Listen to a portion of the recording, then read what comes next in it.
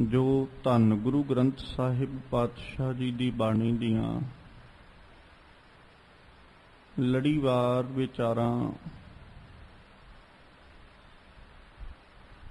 ਰੋਜ਼ਾਨਾ ਆਪ ਸੰਗਤਾਂ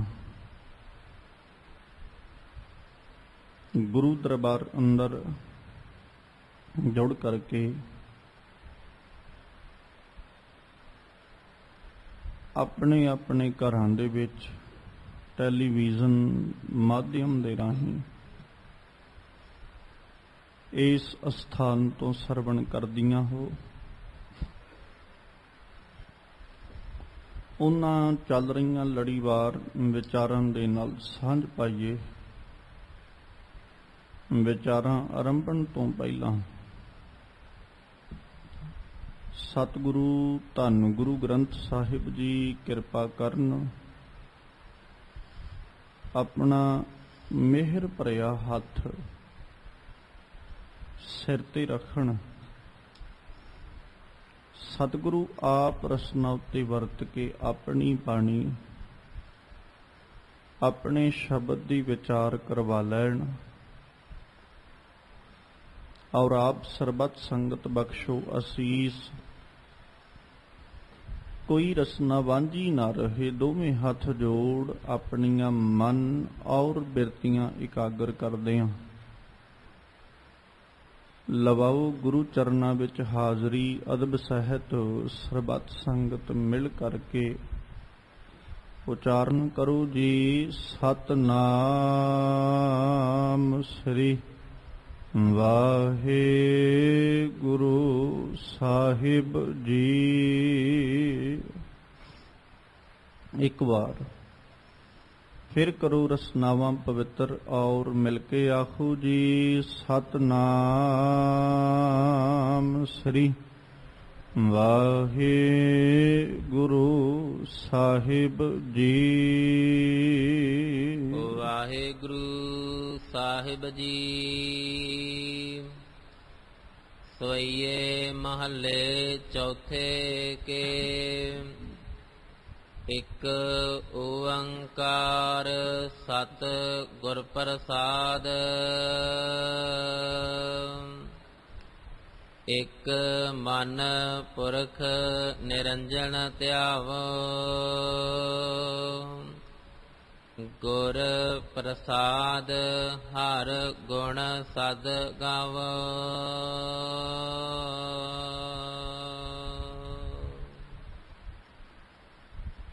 ਜਿਸ ਪਾਵਨ ਸ਼ਬਦ ਦਾ ਪਾਠ ਆਪ ਸੰਗਤ ਨੇ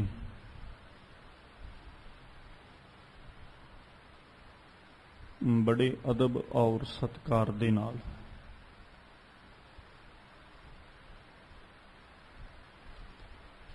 ਮਾਨਯੋਗ ਭਾਈ ਸਾਹਿਬ ਹੋਰਾਂ ਪਾਸੋਂ ਸਰਵਣ ਕੀਤਾ ਹੈ,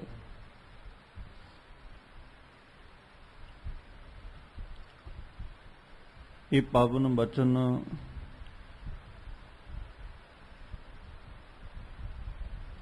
ਭੱਟ ਕਲਸਹਾਰ ਜੀ ਦੀ ਰਸਨਾ ਤੋਂ ਉਚਾਰਨ ਕੀਤੇ ਹੋਏ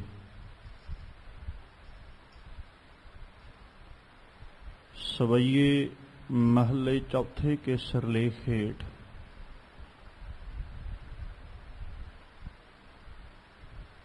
ਗੁਰੂ ਗ੍ਰੰਥ ਸਾਹਿਬ ਪਾਤਸ਼ਾਹ ਜੀ ਦੇ ਪਾਵਨ ਅੰਗ 1396 ਦੇ ਉੱਪਰ ਸੁਭਾਇਮਾਨ ਹੈ।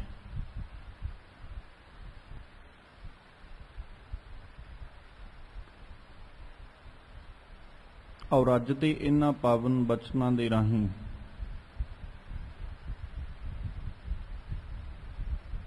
ਜੋ ਭੱਟ ਕਲਸਹਾਰ ਜੀ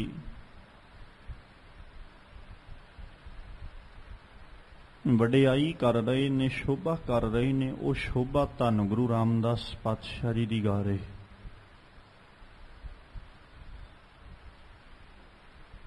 ਜਿਸ ਸਤਿਗੁਰੂ ਪਾਤਸ਼ਾਹ ਜੀ ਦੇ ਪ੍ਰਤੀ ਬਾਣੀ ਨੇ ਸਾਨੂੰ ਵਿਚਾਰ ਦਿੰਦਿਆਂ ਆਖਿਆ,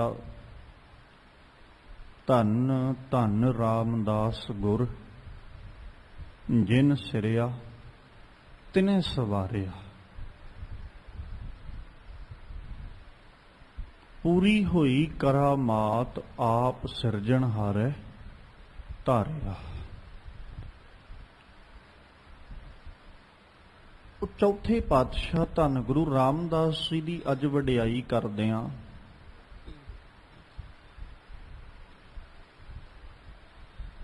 ਸਭ ਤੋਂ ਪਹਿਲਾਂ ਭੱਟ ਜੀ ਨੇ ਜਦੋਂ ਜ਼ਿਕਰ ਕੀਤਾ ਤੇ ਉਹਨਾਂ ਰੱਬੀ ਚਿੰਤਨ, ਰੱਬੀ ਨਾਮ ਦਾ ਜ਼ਿਕਰ ਕੀਤਾ।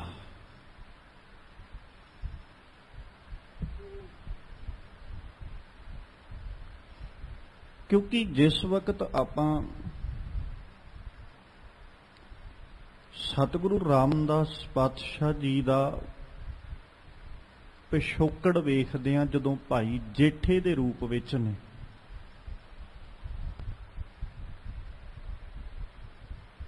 ਉਸ ਵਕਤ ਸਤਿਗੁਰੂ ਰਾਮਦਾਸ ਜੀ ਦਾ, ਗੁਰੂ ਰਾਮਦਾਸ ਪਾਤਸ਼ਾਹ ਜੀ ਦੇ ਪਿਛੋਕੜ ਭਾਈ ਜੇਠਾ ਜੀ ਦਾ ਜੋ ਸਹਾਰਾ ਹੈ, ਜੋ ਆਸਰਾ ਹੈ, ਉਹ ਰੱਬੀ ਯਾਦ, ਰੱਬੀ ਚਿੰਤਨ ਤੇ ਧੰਨ ਗੁਰੂ ਅਮਰਦਾਸ ਸਾਹਿਬ ਜੀ ਨੇ।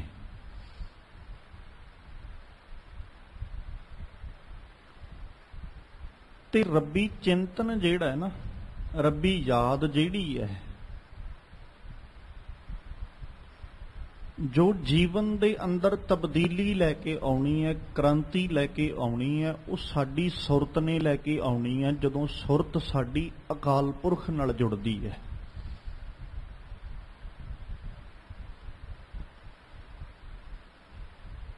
ਔਰ ਅਕਾਲ ਪੁਰਖ ਨਾਲ ਜੁੜੀ ਸੁਰਤ ਨੇ ਜੀਵਨ ਵਿੱਚ ਜਦੋਂ ਤਬਦੀਲੀ ਲੈ ਕੇ ਆਉਣੀ ਹੈ, ਬਦਲਾਵ ਲੈ ਕੇ ਆਉਣਾ ਹੈ, ਉਹ ਜੀਵਨ ਨੂੰ ਇੱਕ ਨਵੇਕਲੀ ਦਿਸ਼ਾ ਦੇ ਦਿੰਦਾ ਹੈ, ਜਾਂ ਇੱਕ ਨਵੇਕਲਾ ਅਸਥਾਨ ਜਿਹੜਾ ਉਹ ਸਾਡੀ ਜ਼ਿੰਦਗੀ ਨੂੰ ਮਿਲ ਜਾਂਦਾ ਹੈ। ਜਦੋਂ ਬਦਲਾਵ ਹੀ ਆ ਗਿਆ, ਚੇਂਜਸ ਹੀ ਆ ਗਏ, ਸਭ ਕੁਝ ਬਦਲ ਹੀ ਗਿਆ, ਰਿਹਾ ਤੇ ਕੁਛ ਵੀ ਨਹੀਂ ਪਹਿਲਾਂ ਵਾਲਾ। ਬਸ ਉਹ ਜਿਹੜੀ ਜੀਵਨ ਵਿੱਚ ਆਉਣ ਵਾਲੀ ਕ੍ਰਾਂਤੀ ਹੈ ਨਾ, ਬਦਲਾਵ ਹੈ ਜਿਹੜਾ ਜੀਵਨ ਵਿੱਚ ਆਉਣ ਵਾਲਾ, ਉਹ ਬਦਲਾਵ ਆ ਕਿਸ ਤਰੀਕੇ ਨਾਲ ਰਿਹਾ, ਬਸ ਬਾਤ ਇਸੇ ਦੀ ਹੈ।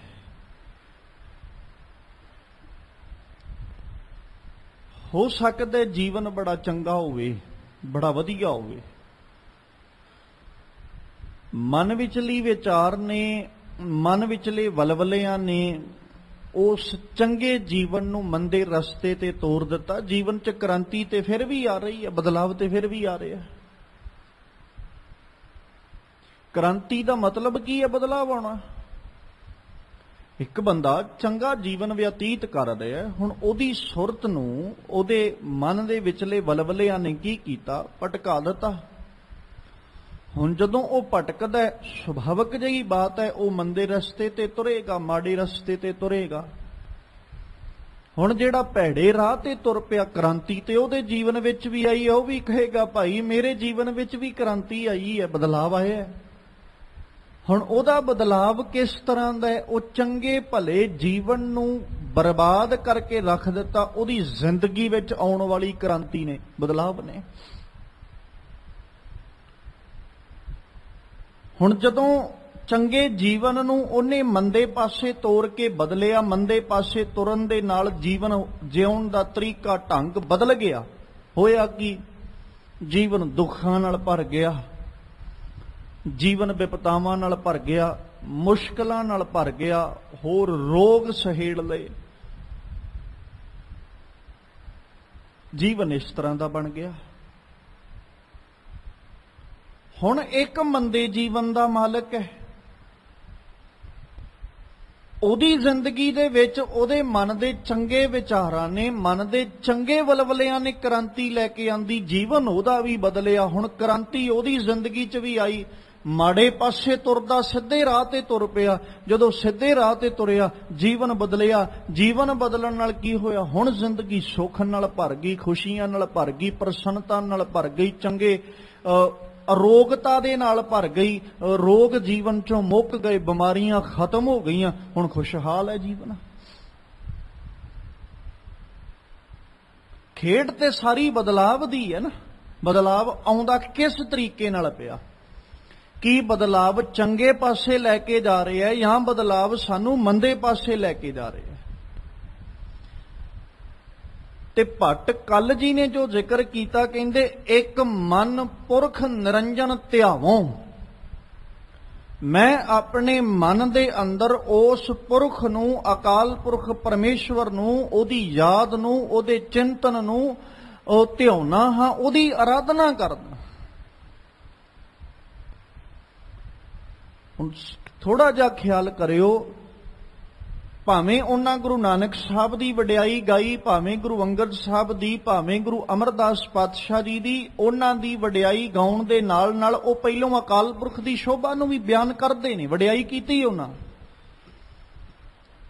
ਕਿਉਂਕਿ ਇਹ ਸਾਰਾ ਜੋ ਵੇਖੋ, ਜਦੋਂ ਗੁਰੂ ਨਾਨਕ ਸਾਹਿਬ ਜੀ ਦੇ ਸਵਈਆਂ ਨੂੰ ਆਪਾਂ ਪੜ੍ਹਿਆ ਸੀ ਨਾ, ਤੇ ਉਹਦੇ ਵਿੱਚ ਭੱਟ ਸਾਹਿਬਾਨਾਂ ਨੇ ਇਹ ਜ਼ਿਕਰ ਕੀਤਾ ਸੀ ਕਿ ਗੁਰੂ ਨਾਨਕ ਸਾਹਿਬ ਜੀ, ਤੁਹਾਨੂੰ ਜਦੋਂ ਅਸੀਂ ਵੇਖਦੇ ਹਾਂ ਜਾਂ ਤੁਹਾਨੂੰ ਆਰਾਧਨ ਵਾਲਿਆਂ ਦੀ ਬਾਤ ਕਰਦੇ ਹਾਂ ਜਾਂ ਰੱਬ ਨੂੰ ਆਰਾਧਨ ਵਾਲਿਆਂ ਦੀ ਬਾਤ ਕਰਦੇ ਹਾਂ, ਤੇ ਉਹ ਸਾਰੇ ਨਾ ਇਉਂ ਲੱਗਦਾ ਵੀ ਜਿਵੇਂ ਤੁਹਾਨੂੰ ਹੀ ਧਿਆਨ ਰਹੇ, ਤੁਹਾਨੂੰ ਆਰਾਧ ਰਹੇ।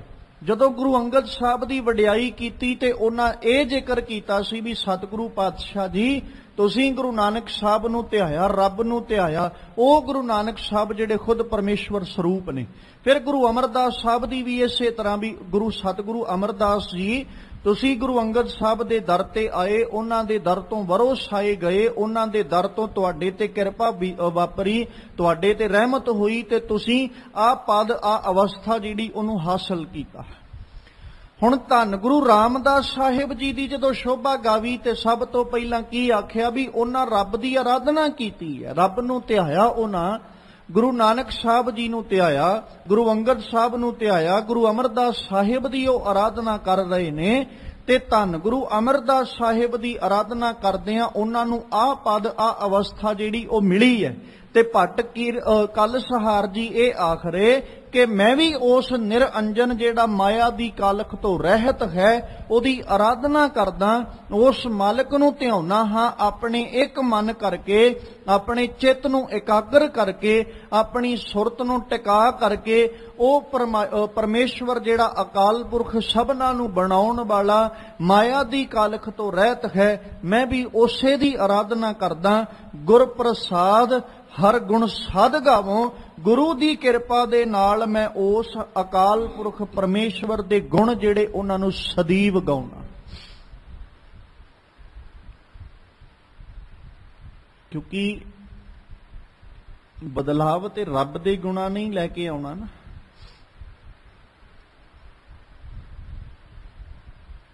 ਚਲੋ ਬਦਲਾਵ ਵੀ ਇੱਕ ਪਾਸੇ ਰੱਖ ਦਿਓ, ਨਹੀਂ ਆਉਂਦਾ ਜੀ ਜ਼ਿੰਦਗੀ 'ਚ ਬਦਲਾਵ, ਮੰਨ ਲੈਨੇ ਆ।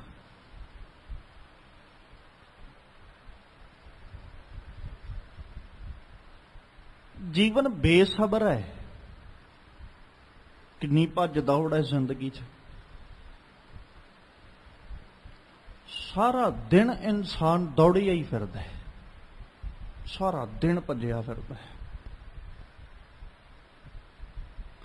ਕਦੇ ਕਿਸੇ ਪਾਸੇ ਨੂੰ ਤੁਰਿਆ ਜਾਂਦਾ, ਕਦੇ ਕਿਸੇ ਪਾਸੇ ਨੂੰ। ਹੁਣ ਇਹ ਭੱਜੇ ਜਾਂਦੇ ਨੂੰ ਕੋਈ ਇੱਕ ਪਲ ਖੜਾ ਕੇ ਕਵੇ ਵੀ ਸੱਜਣਾ ਤੂੰ ਰੱਬ ਰੱਬ ਕਰਿਆ ਕਰ, ਭਾਵੇਂ 5-7 ਪਲ ਹੀ ਕਰਿਆ ਕਰ, 5-7 ਮਿੰਟ ਹੀ ਕਰਿਆ ਕਰ।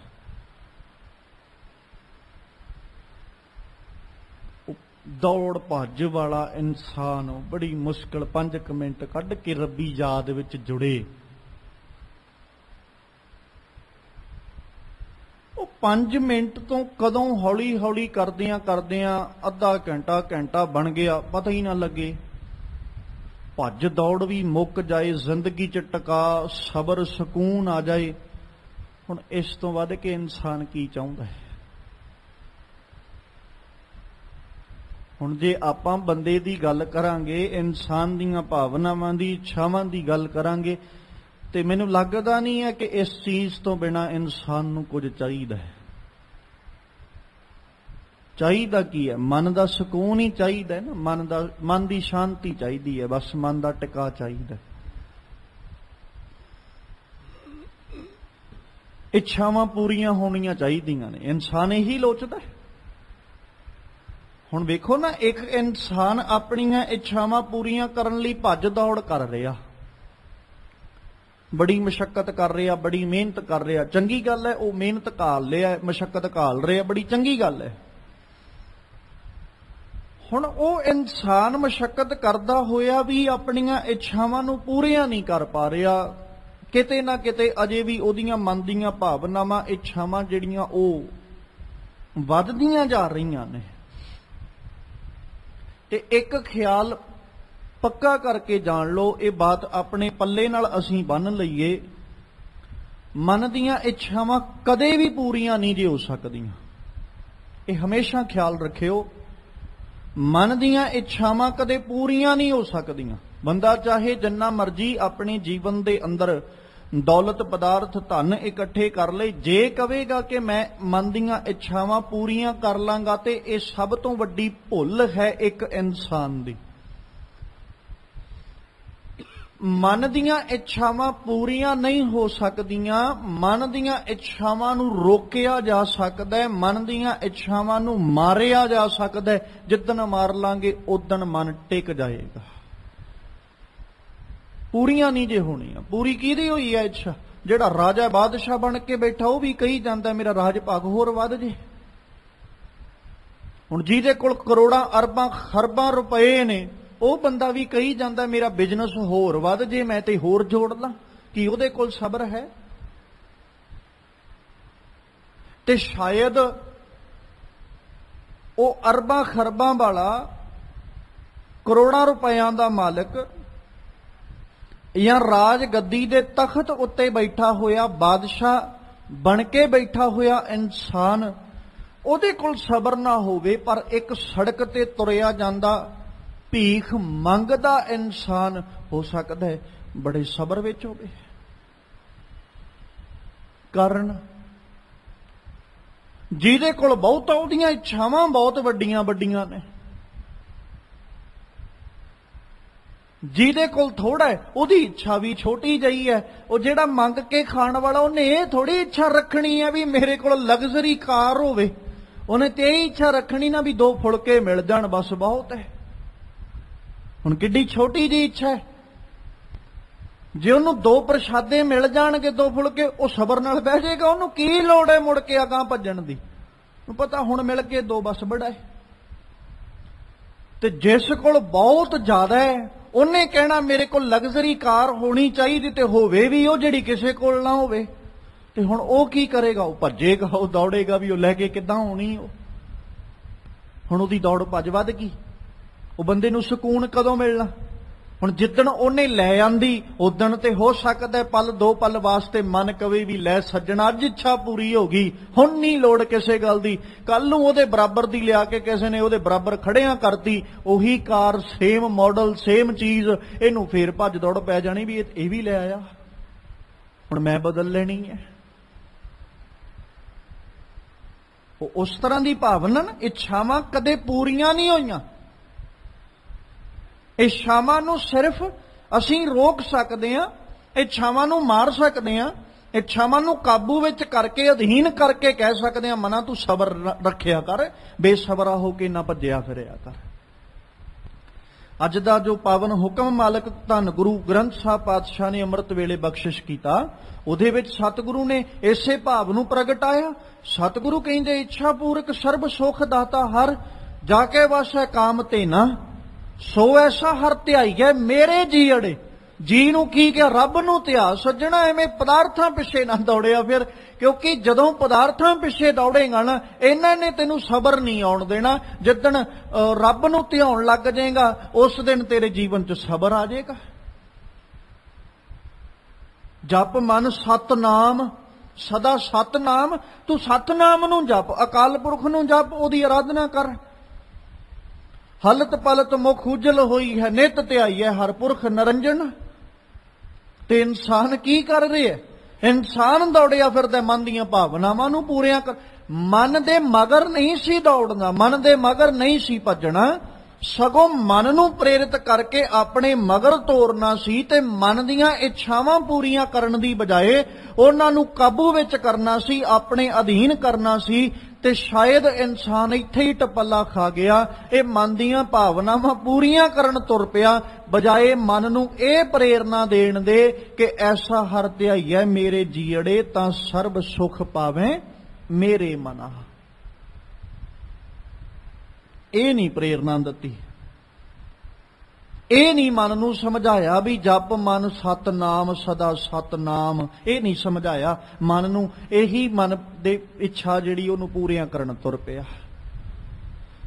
ਜਦੋਂ ਮਨ ਦੀਆਂ ਇੱਛਾਵਾਂ ਨੂੰ ਪੂਰੀਆਂ ਕਰਦਾ ਇਨਸਾਨ ਦਿਸਿਆ ਨਾ, ਤੇ ਉਦੋਂ ਸਤਿਗੁਰੂ ਪਤਾ ਕੀ ਕਹਿੰਦੇ, ਰਸ ਸੋਏ ਨਾ ਰਸ ਰੂਪਾ ਕਾਮਨ ਰਸ ਪਰਮਲ ਕੀ ਵਾਸ, ਰਸ ਘੋੜੇ ਰਸ ਸੇਜਾ ਮੰਦਰ ਰਸ ਮੀਠਾ ਰਸ ਮਾਸ, ਇੱਥੇ ਰਸ ਸਰੀਰ ਕੇ ਕਹਿ ਘਟ ਨਾਮ ਨਿਵਾਸ। ਇੱਕ ਵੀ ਰਸ ਐਸਾ ਦੱਸ ਦਿਓ ਜਿਹੜਾ ਮਨ ਨੂੰ ਆਉਂਦਾ ਹੋਵੇ।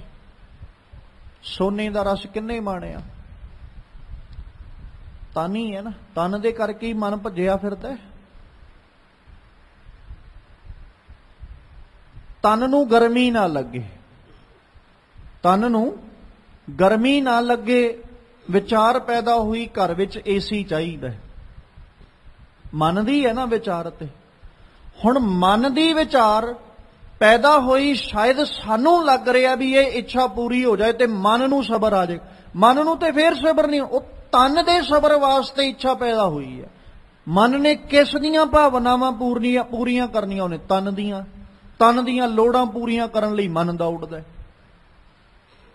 ਮਨ ਦੀਆਂ ਲੋੜਾਂ ਤੇ ਫੇਰ ਪੂਰੀਆਂ ਨਹੀਂ। ਮਨ ਦੀ ਲੋੜ ਕੀ ਹੈ? ਮਨ ਦੀ ਲੋੜ ਇਹੀ ਹੈ ਕਿ ਮਨ ਨੂੰ ਉਹਦੇ ਅਸਲੇ ਨਾਲ ਜੋੜ ਦਿੱਤਾ ਜਾਏ, ਉਹਦੇ ਸਰੂਪ ਨਾਲ ਮਿਲਾ ਦਿੱਤਾ ਜਾਏ। ਸ਼ਾਇਦ ਉਦਣ ਆ ਕੇ ਹੋ ਸਕਦਾ ਹੈ ਤਨ ਦੀਆਂ ਲੋੜਾਂ ਤੇ ਵੀ ਕਾਬੂ ਪੈ ਜਾਏ। ਮਨ ਦੀ ਲੋੜ ਇਹ ਨਹੀਂ ਕਿ ਮਨ ਨੂੰ ਏਸੀ ਚਾਹੀਦਾ। ਮਨ ਨੂੰ ਗਰਮੀ ਲੱਗਦੀ ਹੈ ਕਿ ਮਨ ਨੂੰ ਠੰਡ ਲੱਗਦੀ ਹੈ? ਮਨ ਨੂੰ ਤੇ ਕੁਝ ਵੀ ਨਹੀਂ ਚਾਹੀਦਾ। ਮਨ ਨੂੰ ਨਹੀਂ ਕਿਸੇ ਚੀਜ਼ ਦੀ ਲੋੜ। ਹੁਣ ਅਸੀਂ ਚਾਹੇ ਏਸੀ ਦੀ ਗੱਲ ਕਰ ਲਈਏ, ਚਾਹੇ ਹੀਟਰ ਦੀ ਗੱਲ ਕਰ ਲਈਏ, ਸਰਦੀ ਦਾ ਮੌਸਮ ਹੈ, ਤਨ ਨੂੰ ਠੰਡ ਲੱਗ ਰਹੀ ਹੈ ਤੇ ਵਿਚਾਰ ਕਿੱਥੇ ਪੈਦਾ ਹੋ ਰਹੇ? ਮਨ ਵਿੱਚ। ਹੁਣ ਮਨ ਨੇ ਤਨ ਦੀ ਲੋੜ ਨੂੰ ਪੂਰੀਆਂ ਕਰਨਾ, ਤਨ ਨੂੰ ਨਿੱਘ ਮਿਲ ਜਾਣੀ, ਮਨ ਤੇ ਫੇਰ ਭਟਕੀ ਜਾਂਦਾ ਹੈ। ਗਰਮੀ ਤਨ ਨੂੰ ਲੱਗ ਰਹੀ ਹੈ, ਵਿਚਾਰਾਂ ਮਨ 'ਚ ਪੈਦਾ ਹੋਈਆਂ, ਲੋੜ ਸਰੀਰ ਨੂੰ ਹੈ। ਮਨ ਨੇ ਕਿਹਾ ਸੱਜਣਾ ਲਵਾ ਦੇ 에ਅਰ ਕੰਡੀਸ਼ਨਰ, ਕੋਈ ਗੱਲ ਨਹੀਂ, ਕਿੱਡੀ ਕੁ ਵੱਡੀ ਗੱਲ ਹੈ, ਤੂੰ ਏਸੀ ਲਵਾ ਦੇ। ਲਵਾਤਾ, ਤਨ ਨੂੰ ਐ ਸਕੂਨ ਮਿਲ ਗਿਆ, ਠੰਡਾ ਹੋ ਗਿਆ ਰੂਮ, ਉਹਦੇ ਵਿੱਚ ਤਨ ਬਹਿ ਗਿਆ। ਮਨ ਤੇ ਬੈਠਾ ਹੀ ਨਹੀਂ, ਉੱਥੇ ਵੀ ਨਹੀਂ ਬੈਠਾ ਮਨ ਤੇ। ਕਮਰੇ 'ਚ ਤਨ ਐਨ ਇਕਾਗਰ ਹੋ ਕੇ ਬਹਿ ਗਿਆ, ਠੰਡਾ ਸੀ, ਟੈਂਪਰੇਚਰ ਬੜਾ ਵਧੀਆ ਸੀ, ਤੇ ਮਨ ਕਿੱਥੇ ਗਿਆ? ਮਨ ਫੇਰ ਪਤਾ ਨਹੀਂ ਕਿੱਧਰ ਕਿਹੜੇ ਪਾਸੇ ਦੌੜ ਗਿਆ। ਸਬਰ ਤੇ ਹੈ ਹੀ ਨਹੀਂ ਮਨ ਨੂੰ।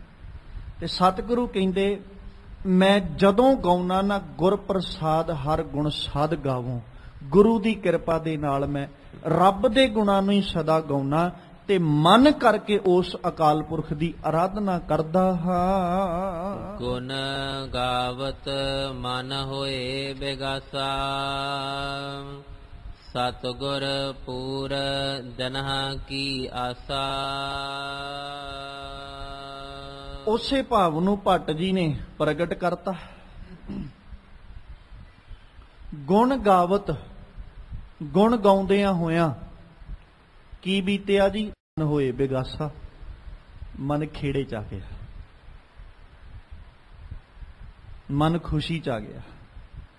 ਬਸ ਆਹੀ ਤਰੀਕਾ ਹੈ ਮਨ ਨੂੰ ਖੇੜੇ ਵਿੱਚ ਲੈ ਕੇ ਆਉਣ ਦਾ ਤੇ ਮਨ ਨੂੰ ਟਿਕਾਉਣ ਦਾ, ਮਨ ਨੂੰ ਇੱਕ ਜਗ੍ਹਾ ਦੇ ਉੱਤੇ ਸਥਿਰ ਕਰਨ ਦਾ। ਆਹੀ ਇੱਕ ਢੰਗ ਹੈ, ਦੂਜਾ ਕੋਈ ਤਰੀਕਾ ਨਹੀਂ। ਸ਼ਾਇਦ ਅਸੀਂ ਬਹੁਤ ਢੰਗ ਤੇ ਤਰੀਕੇ ਵਰਤ ਕੇ ਭਾਵੇਂ ਵੇਖ ਲਈਏ, ਪਰ ਇਸ ਤਰੀਕੇ ਤੋਂ ਬਿਨਾਂ ਕੋਈ ਦੂਜਾ ਤਰੀਕਾ ਨਹੀਂ।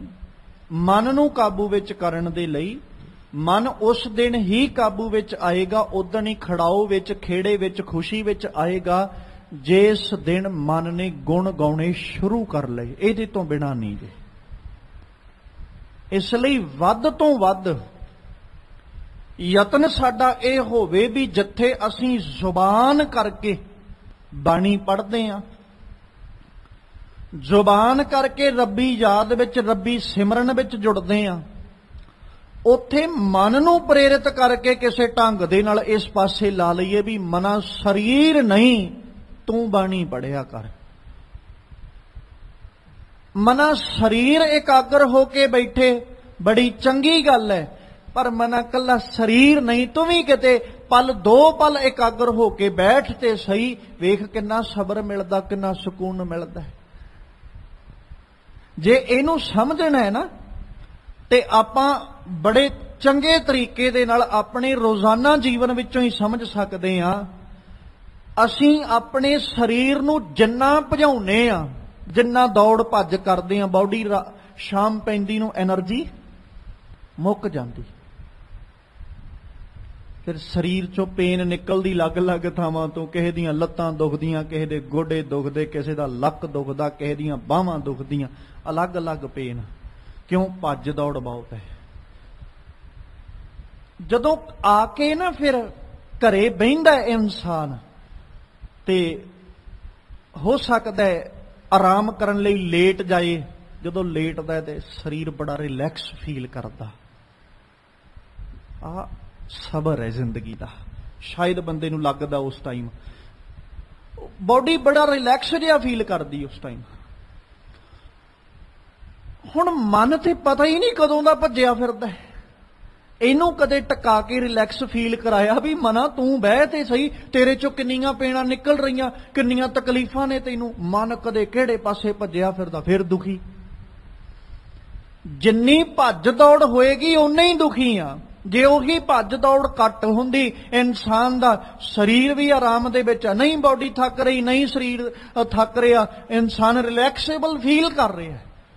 ਤੇ ਮਨ ਨੂੰ ਤੇ ਅਸੀਂ ਕਦੇ ਟਿਕਾਇਆ ਹੀ ਨਹੀਂ। ਤਨ ਨੂੰ ਸਵੇਰੇ ਤੋਰਿਆ, ਸ਼ਾਮ ਨੂੰ ਲਿਆ ਕੇ ਘਰੇ ਵਾੜਤਾ, ਸ਼ਾਮੀ ਤਨ ਘਰੇ ਆ ਗਿਆ, ਸ਼ਾਮ ਨੂੰ ਆਉਂਦੀ ਹੀ ਅਸੀਂ ਬੈੱਡ ਤੇ ਲੇਟ ਗਏ, ਮੰਜੇ ਤੇ ਲੇਟ ਗਏ, ਕਿਸੇ ਢੰਗ ਨਾਲ ਅਸੀਂ ਆਰਾਮ ਕਰਨ ਲਈ ਲੇਟ ਗਏ, ਬੜਾ ਰਿਲੈਕਸ ਫੀਲ ਕੀਤਾ। ਨਾਲੇ ਜ਼ੁਬਾਨ ਤੋਂ ਕਿਹਾ ਅੱਜ ਬਾਡੀ, ਅੱਜ ਸਰੀਰ ਥੱਕ ਗਿਆ, ਸਿਰਫ 8, 10, 12 ਘੰਟਿਆਂ 'ਚ।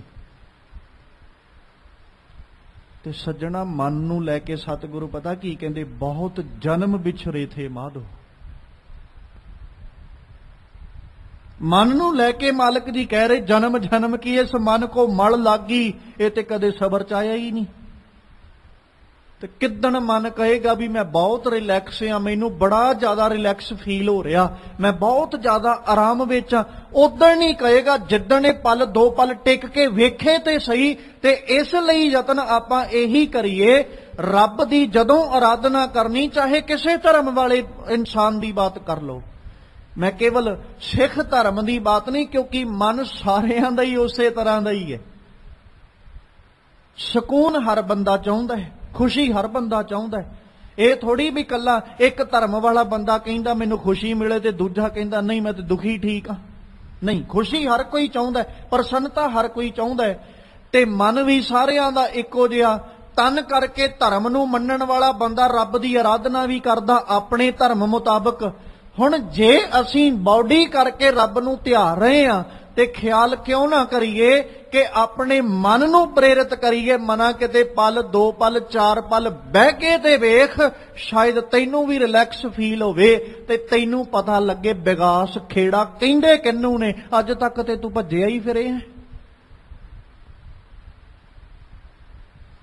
ਅੱਜ ਤੱਕ ਤੇ ਤੂੰ ਦੌੜਿਆ ਹੀ ਫਿਰੇ ਹੈ। ਕਿਤੇ ਪਲ 2 ਪਲ ਬਹਿ ਕੇ ਤੇ ਵੇਖ, ਸਰੀਰ ਥੱਕਿਆ ਆ ਕੇ ਘਰੇ ਲੇਟੇ, ਬਹੁਤਾ ਚਿਰ ਨਹੀਂ, ਹੋ ਸਕਦਾ 5-10 ਮਿੰਟਾਂ ਬਾਅਦ ਸਾਡੀ ਅੱਖ ਵੀ ਲੱਗ ਜਾਏ, ਸੌਂ ਵੀ ਜਾਈਏ, ਸਕੂਨ ਮਿਲਿਆ ਨਾ। ਤੇ ਜਿੱਦਣ ਮਨ ਨੂੰ ਸਬਰ ਆਏਗਾ, ਜਿੱਦਣ ਇਹ ਪਲ 2 ਪਲ ਦਾ ਸਬਰ ਮਾਣੇਗਾ, ਤੇ ਕਿਉਂ ਨਾ ਉਹਦੇ ਮਨ ਦੀ ਲਾਲਸਾ ਵਧੇਗੀ ਨਹੀਂ ਵੀ ਮੈਂ ਹੋਰ ਟਿਕਾਂ, ਹੋਰ ਜ਼ਿਆਦਾ ਮੈਂ ਆਪਣੀ ਕੋਸ਼ਿਸ਼ ਕਰਾਂ ਵੀ ਮੇਰਾ ਮਨ ਹੋਰ ਟਿਕੇ। ਸਤਿਗੁਰੂ ਕਹਿੰਦੇ ਆਹੀ ਤਰੀਕਾ, ਇੱਕ ਗੁਣ ਗਾਵਤ ਮਨ ਹੋਏ ਵਿਗਾਸਾ। ਗੁਣ ਗਾਉਂਦਿਆਂ ਹੋਇਆਂ ਮਨ ਵਿਗਾਸ ਵਿੱਚ ਆ ਗਿਆ, ਖੇੜੇ ਵਿੱਚ ਆ ਗਿਆ। ਸਤਿਗੁਰ ਪੂਰ ਜਨਹਾਂ ਕੀ ਆਸਾ। ਮਾਲਕ ਧੰਨ ਗੁਰੂ ਰਾਮਦਾਸ ਪਾਤਸ਼ਾਹ ਜੀ, ਤੁਸੀਂ ਕਿਰਪਾ ਕਰੋ ਆਪਣੇ ਸੇਵਕਾਂ ਦੀ ਜਿਹੜੀ ਆਸਾ ਹੈ ਨਾ, ਇਹਨੂੰ ਪੂਰਿਆਂ ਕਰੋ। ਕਿਤੇ ਮਨ ਸਾਡਾ ਗੁਣ ਗਾਉਣ ਦੀ ਜਾਚ ਸਿੱਖ ਲਏ, ਕਿਤੇ ਮਨ ਨੂੰ ਅਕਾਲ ਪੁਰਖ ਦੀ ਸ਼ੋਭਾ ਤੁਹਾਡੀ ਕਰਨ ਵਡਿਆਈ ਕਰਨ ਦੀ ਜਾਚ ਆ ਜਾਏ, ਤੇ ਤੁਹਾਡੀ ਸ਼ੋਭਾ ਕਰਨ ਦੀ ਜੋ ਲਾਲਸਾ ਹੈ ਇਹਦੀ ਸਤਿਗੁਰ ਪੂਰ ਜਨਹਾਂ ਕੀ ਆਸਾ। ਰਹਿਮਤ ਕਰਕੇ ਕਿਤੇ ਆਪਣੇ ਸੇਵਕਾਂ ਦੀ ਆਸਾ ਨੂੰ ਪੂਰਿਆਂ ਕਰੋ। ਸਤਿਗੁਰ ਸੇਵ ਪਰਮ ਪਦ ਪਾਇਓ, ਅਬਿਨਾਸੀ ਅਵਿਗਤ ਧਿਆਵੋ। ਹੁਣ ਸਤਿਗੁਰੂ ਨੂੰ ਸੇਵਨ ਨਾਲ ਕੀ ਮਿਲਿਆ? ਸਤਿਗੁਰ ਸੇਵ, ਸਤਿਗੁਰੂ ਨੂੰ ਸੇਵ ਕੇ, ਸਤਿਗੁਰੂ ਨੂੰ ਚੇਤੇ ਕਰਕੇ ਪਰਮ ਪਦ ਪਾਇਓ। ਇੱਕ ਉੱਚੀ ਤੋਂ ਉੱਚੀ ਆਤਮਿਕ ਅਵਸਥਾ ਮੈਨੂੰ ਮਿਲੀ, ਜਿੱਥੋਂ ਤੱਕ ਬੰਦੇ ਦੀ ਅਵਸਥਾ ਪਹੁੰਚ ਸਕਦੀ ਹੈ, ਅੱਪੜ ਸਕਦਾ ਜਿੱਥੋਂ ਤੱਕ ਬੰਦੇ ਦਾ ਜੋ ਸੋਚ ਹੈ, ਮਤ ਹੈ, ਜਾਂ ਇਉਂ ਕਹਿ ਲਓ ਵੀ ਜਿੱਥੇ ਜਾ ਕੇ ਇਨਸਾਨ ਕਹੇਗਾ ਵੀ ਆਹ ਅਵਸਥਾ ਸਭ ਤੋਂ ਉੱਚੀ ਹੈ। ਪਰਮ ਪਦ ਵੀ ਕਿਹਾ ਜਾਂਦਾ ਉਹਨੂੰ, ਸਹਿਜ ਅਵਸਥਾ ਕਹਿ ਲਈਏ, ਅਡੋਲ ਅਵਸਥਾ ਕਹਿ ਲਈਏ। ਸਤਿਗੁਰ ਸੇਵ, ਗੁਰੂ ਨੂੰ ਸੇਵ ਕੇ ਕੀ ਮਿਲਿਆ? ਪਰਮ ਪਦ ਪਾਇਓ। ਕਹਿੰਦੇ ਮੈਂ ਇੱਕ ਬੜੀ ਉੱਚੀ ਅਵਸਥਾ ਜਿਹੜੀ ਨਾ ਉਹਨੂੰ ਹਾਸਲ ਕੀਤਾ ਗੁਰੂ ਨੂੰ ਸੇਵ ਕੇ। ਬਸ ਉਹ ਉੱਚੀ ਅਵਸਥਾ ਇਹੀ ਹੈ। ਤੁਰਿਆ ਤੇ ਗਿਆਨ ਤੋਂ ਸਾਂ, ਫਿਰ ਧਰਮ ਤੇ ਪਹੁੰਚਿਆ। ਤੁਰਿਆ ਧਰਮ ਤੋਂ ਸਾਂ, ਫਿਰ ਗਿਆਨ ਤੇ ਪਹੁੰਚਿਆ, ਫਿਰ ਸ਼ਰਮ ਤੇ ਪਹੁੰਚਿਆ, ਫਿਰ ਕਰਮ ਤੇ ਪਹੁੰਚਿਆ। ਬਸ ਜਿਸ ਦਿਨ ਕਰਮ ਹੋ ਗਿਆ ਨਾ, ਬਸ ਉਸ ਦਿਨ ਸੱਚਖੰਡ ਤੱਕ ਹੀ ਪਹੁੰਚਿਆ। ਇਹ ਤੋਂ ਉਤਾਂ ਵੀ ਕੋਈ ਬਾਤ ਨਹੀਂ। ਜਿਹੜਾ ਸੱਚਖੰਡ 'ਚ ਪਹੁੰਚ ਗਿਆ ਨਾ, ਸ਼ਾਇਦ ਉਹਦੀ ਲਾਲਸਾ ਵੀ ਕਿਸੇ ਗੱਲ ਦੀ ਨਹੀਂ ਰਹਿ ਜਾਂਦੀ। ਤੁਰਨਾ ਸਾਰਿਆਂ ਨੇ ਧਰਮ ਤੋਂ ਹੈ, ਕੋਈ ਹੋਰ ਹੈ ਨਹੀਂ, ਤੁਰਨ ਵਾਲੀ ਜਗ੍ਹਾ ਹੀ ਹੈ ਨਹੀਂ। ਮਤਲਬ ਸਾਡੇ ਲਈ ਇੱਕ ਅਸਥਾਨ ਹੈ, ਟਿਕਾਣਾ ਹੈ, ਜਿੱਥੋਂ ਅਸੀਂ ਪੈਂਡਾ ਤੈਅ ਕਰਨਾ ਸ਼ੁਰੂ ਕਰਨਾ ਤੇ ਪਹੁੰਚਣਾ ਕਿੱਥੇ? ਅਕਾਲ ਪੁਰਖ ਤੱਕ। ਸਾਰਿਆਂ ਲਈ ਇੱਕੋ ਜਗ੍ਹਾ, ਇੱਕੋ ਹੀ ਜਗ੍ਹਾ ਹੈ, ਤੇ ਉਹ ਧਰਮ। ਧਰਮ ਤੋਂ ਸਾਰਿਆਂ ਨੇ ਤੁਰਨਾ। ਜਦੋਂ ਧਰਮ ਤੋਂ ਤੁਰਿਆ ਬੰਦਾ ਮਨ ਕਰਕੇ ਧਰਮ ਕਮਾਉਂਦਾ, ਫਿਰ ਇਹਨੂੰ ਗਿਆਨ ਹੁੰਦਾ ਰੱਬ ਦੇ ਬਾਰੇ 'ਚ। ਆ ਦੂਜਾ ਪੜਾਅ ਜੀ, ਜਾਂ ਦੂਜਾ ਮੀਲ ਪੱਥਰ ਕਹਿ ਲਓ, ਜਾਂ ਦੂਜਾ ਕਦਮ ਕਹਿ ਲਓ। ਉਦੋਂ ਤੱਕ ਖਿਆਲ ਰੱਖਿਓ, ਅਸੀਂ ਧਰਮੀ ਨਹੀਂ ਜਿੰਨਾ ਚਿਰ ਸਾਨੂੰ ਰੱਬੀ ਗਿਆਨ ਨਾ ਮਿਲਣ ਲੱਗ ਜਾਏ। ਅਸੀਂ ਮਨ ਕਰਕੇ ਧਰਮ ਨਹੀਂ ਕਮਾਇਆ ਉਦੋਂ ਤੱਕ। ਹਾਂ, ਜਿਸ ਦਿਨ ਮਨ ਕਰਕੇ ਧਰਮ ਕਮਾ ਲਿਆ, ਉਸ ਦਿਨ ਰੱਬੀ ਗਿਆਨ ਦਾ ਮਿਲ ਜਾਣਾ ਲਾਜ਼ਮੀ ਹੈ। ਤੇ ਜਿਸ ਦਿਨ ਰੱਬੀ ਗਿਆਨ ਮਿਲ ਗਿਆ, ਖਿਆਲ ਕਰਿਓ, ਜਿਸ ਦਿਨ ਉਹ ਗਿਆਨ ਮਨ ਕਰਕੇ ਹਾਸਲ ਕਰਾਂਗੇ, ਉਸ ਦਿਨ ਫਿਰ ਸ਼ਰਮ ਦਾ ਹੋਣਾ ਵੀ ਲਾਜ਼ਮੀ। ਜੇ ਅਸੀਂ ਮਿਹਨਤ ਨਾ ਕੀਤੀ, ਖਿਆਲ ਕਰਿਓ, ਅਜੇ ਤੱਕ ਗਿਆਨ ਹੀ ਨਹੀਂ ਮਿਲਿਆ।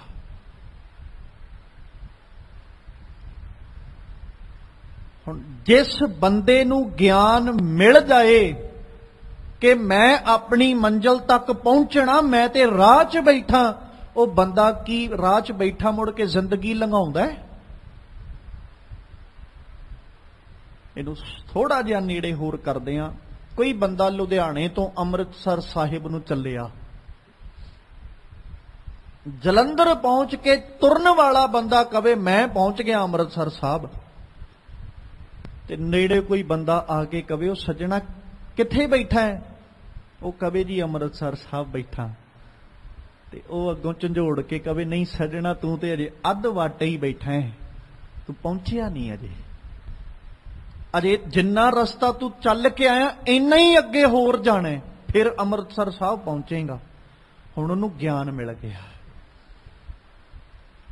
ਉਹਦਾ ਮਕਸਦ ਕੀ ਹੈ? ਅੰਮ੍ਰਿਤਸਰ ਸਾਹਿਬ ਪਹੁੰਚਣਾ। ਫਿਰ ਉਹ ਤੁਰਦਾ, ਗਿਆਨ ਮਿਲ ਗਿਆ ਨਾ। ਹੁਣ ਉਹਨੇ ਮਿਹਨਤ ਸ਼ੁਰੂ ਕੀਤੀ। ਮਿਹਨਤ ਕੀ ਹੈ ਉਹਦੀ? ਤੁਰਨਾ ਜਾਂ ਟਰੈਵਲ ਕਰਨਾ ਕਿਸੇ ਵੀ ਵਹੀਕਲ ਤੇ, ਮੋਟਰਸਾਈਕਲ ਤੇ, ਸਾਈਕਲ ਤੇ, ਚਾਹੇ ਬਾਏ ਕਾਰ ਜਾਵੇ, ਚਾਹੇ ਬਾਏ ਬੱਸ ਜਾਵੇ, ਬਾਏ ਟ੍ਰੇਨ ਜਾਵੇ, ਉਹ ਉਹਦੇ ਤੇ ਡਿਪੈਂਡ ਕਰਦਾ ਹੈ।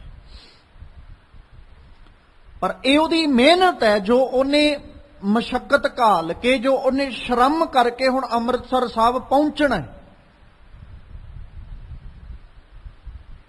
ਹੁਣ ਅੰਮ੍ਰਿਤਸਰ ਸਾਹਿਬ ਪਹੁੰਚ ਗਿਆ, ਇਹ ਉਹਦੀ ਸ਼ਰਮ ਹੈ। ਬਸ ਇੰਨਾ ਕੀ ਆਪਾਂ ਕਰਨਾ। ਮੈਂ ਸਿਰਫ ਐਗਜ਼ਾਮਪਲਸ ਰੱਖੀਆਂ ਨੇ, ਉਦਾਹਰਨ ਰੱਖੀ। ਅਸੀਂ ਧਰਮ ਮਨ ਕਰਕੇ ਕਮਾਉਣਾ, ਗਿਆਨ ਮਨ ਕਰਕੇ ਕਮਾਉਣਾ। ਜਦੋਂ ਮਨ ਕਰਕੇ ਗਿਆਨ ਆ ਗਿਆ, ਉਦੋਂ ਸ਼ਰਮ ਅਸੀਂ ਕਰਾਂਗੇ ਹੀ ਕਰਾਂਗੇ, ਮਿਹਨਤ ਕਰਾਂਗੇ। ਬਸ ਮਿਹਨਤ ਤੋਂ ਅੱਗੇ ਸਾਡੇ ਵੱਸ ਕੁਛ ਨਹੀਂ ਹੈ। ਉਦੋਂ ਬਾਅਦ ਚ ਵਾਰੀ ਆ ਜਾਂਦੀ ਕਰਮ ਦੀ, ਬਖਸ਼ਿਸ਼। ਉਹ ਕਦੋਂ ਹੋਣੀ ਹੈ, ਅਕਾਲ ਪੁਰਖ ਜਾਣਦਾ ਹੈ। ਹਾਂ, ਇਹ ਜ਼ਰੂਰ ਹੈ, ਜਿਹੜਾ ਮਿਹਨਤ ਕਰੇਗਾ ਬਖਸ਼ਿਸ਼ ਉਹਦੇ ਤੇ ਜ਼ਰੂਰ ਹੋਏਗੀ। ਇਹ ਨਹੀਂ ਵੀ ਮਿਹਨਤ ਕਰਨ ਵਾਲਾ ਕੱਲ ਨੂੰ ਉੱਠ ਕੇ ਕਹਿ ਦੇ ਜੀ ਮੈਨੂੰ ਬਖਸ਼ਿਸ਼ ਨਹੀਂ ਮਿਲੀ, ਮੈਨੂੰ ਰਹਿਮਤ ਨਹੀਂ ਮਿਲੀ। ਇਹ ਨਹੀਂ ਹੋ ਸਕਦਾ। ਇੱਕ ਵਿਦਵਾਨ ਨੇ ਬੜੀ ਸੋਹਣੀ ਗੱਲ ਲਿਖੀ, ਕਹਿੰਦਾ 2 ਬੰਦੇ ਜ਼ਿੰਦਗੀ 'ਚ ਹਮੇਸ਼ਾ ਕਾਮਯਾਬ ਹੁੰਦੇ, ਇੱਕ ਮਿਹਨਤੀ ਬੰਦਾ ਤੇ ਇੱਕ ਬਖਸ਼ਿਸ਼ ਦਾ ਪਾਤਰ। ਨਾ ਕਦੇ ਮਿਹਨਤੀ ਬੰਦਾ ਅਪਸੈਟ ਹੋਇਆ ਜਾਂ ਆਪਣੇ ਕਿਸੇ ਕਾਰਜ 'ਚੋਂ ਫੇਲ ਹੋਇਆ, ਤੇ ਜਿਹੜਾ ਬਖਸ਼ਿਸ਼ ਦਾ ਪਾਤਰ ਹੈ ਉਹਨੇ ਤੇ ਹੋਣਾ ਹੀ ਕੀ ਹੈ। ਰੱਬ ਦੀਆਂ ਰਹਿਮਤਾਂ ਬਹੁਤ ਕੁਝ ਦਿਵਾਉਂਦੀਆਂ ਨੇ, ਪਰ ਆਪਾਂ ਇਹ ਨਹੀਂ ਕਹਿ ਸਕਦੇ ਕਿ ਰੱਬ ਦੀ ਰਹਿਮਤ ਹੈ, ਰੱਬ ਦੀ ਬਖਸ਼ਿਸ਼ ਹੈ ਤੇ ਮੈਨੂੰ ਕੁਝ ਮਿਲਿਆ ਨਾ ਹੋਵੇ। ਰੱਬ ਦੀਆਂ ਰਹਿਮਤਾਂ ਨੇ ਬਹੁਤ ਕੁਝ ਦਿੱਤਾ, ਤੇ ਇਨਸਾਨ ਕਵੇ ਮੈਂ ਸਟਰਗਲ ਕੀਤਾ, ਮਿਹਨਤ ਕੀਤੀ ਜੀ, ਮੈਨੂੰ ਮਿਹਨਤ ਦਾ ਫਲ ਨਹੀਂ ਮਿਲਿਆ। ਹੋ ਇਹ ਵੀ ਨਹੀਂ ਸਕਦਾ। ਰੱਬ ਮਿਹਨਤ ਦਾ ਫਲ ਵੀ ਜ਼ਰੂਰ ਦਿੰਦਾ ਹੈ। ਹੁਣ ਸ਼ਰਮ ਤੱਕ ਅਸੀਂ ਪਹੁੰਚਣਾ, ਕਰਮ ਅੱਗੋਂ ਰੱਬ ਨੇ ਵਰਤਾਉਣਾ। ਜਦੋਂ ਕਰਮ ਵਰਤ ਗਿਆ ਨਾ, ਬਖਸ਼ਿਸ਼ ਹੋ ਗਈ, ਫਿਰ ਅਸੀਂ ਸੱਚਖੰਡ ਦੇ ਵਾਸੀ ਬਣਦੇ ਹਾਂ। ਮਤਲਬ ਰੱਬ ਨਾਲ ਸਾਡਾ ਮਿਲਾਪ ਹੁੰਦਾ, ਜਿਹਨੂੰ ਇੱਥੇ ਕਹਿ ਰਹੇ ਸਤਿਗੁਰ ਸੇਵ ਪਰਮ ਪਦ ਪਾਇਓ। ਗੁਰੂ ਨੂੰ ਸੇਵਨਾ ਸਾਡੀ ਸ਼ਰਮ ਹੈ, ਸਾਡੀ ਮਿਹਨਤ ਹੈ। ਮਤਲਬ ਅਸੀਂ ਗੁਰੂ ਨੂੰ ਯਾਦ ਕਰ ਰਹੇ ਹਾਂ, ਅਸੀਂ ਉਹਦੇ ਸਿਮਰਨ ਵਿੱਚ ਬੈਠੇ ਹਾਂ, ਉਹਦੀ ਯਾਦ ਵਿੱਚ ਜੁੜੇ ਹਾਂ। ਇਹ ਸਾਡੀ ਸ਼ਰਮ ਹੈ, ਸਾਡੀ ਮਿਹਨਤ ਹੈ। ਕਿਸੇ ਨੇ ਗਿਆਨ ਦਿੱਤਾ ਵੀ ਸੱਜਣਾ ਮਿਹਨਤ, ਤੂੰ ਸ਼ਰਮ ਕਰਿਆ ਕਰ, ਮਿਹਨਤ ਕਰਿਆ ਕਰ, ਸਿਮਰਨ ਕਰਿਆ ਕਰ, ਰੱਬੀ ਯਾਦ 'ਚ ਜੁੜਿਆ ਕਰ, ਬਾਣੀ ਪੜਿਆ ਕਰ। ਇਹ ਕਿਸੇ ਨੇ ਗਿਆਨ ਦਿੱਤਾ।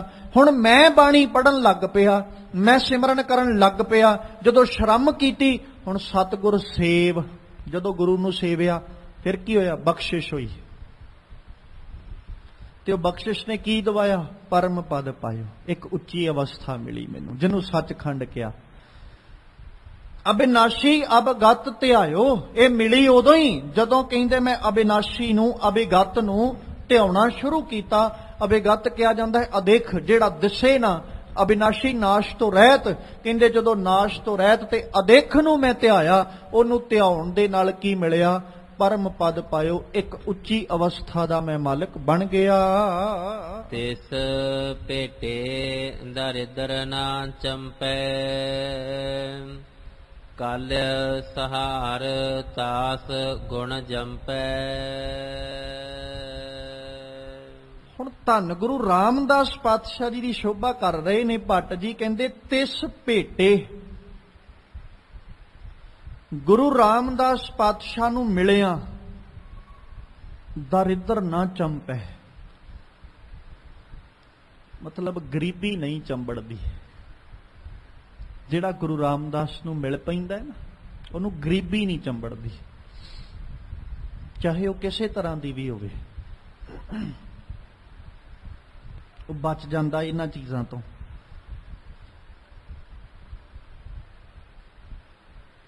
ਇੱਕ ਧੰਨ ਗੁਰੂ ਰਾਮਦਾਸ ਪਾਤਸ਼ਾਹ ਜੀ ਦੇ ਜੀਵਨ ਵਿੱਚ ਨਾ ਬੜੀ ਪਿਆਰੀ ਘਟਨਾ।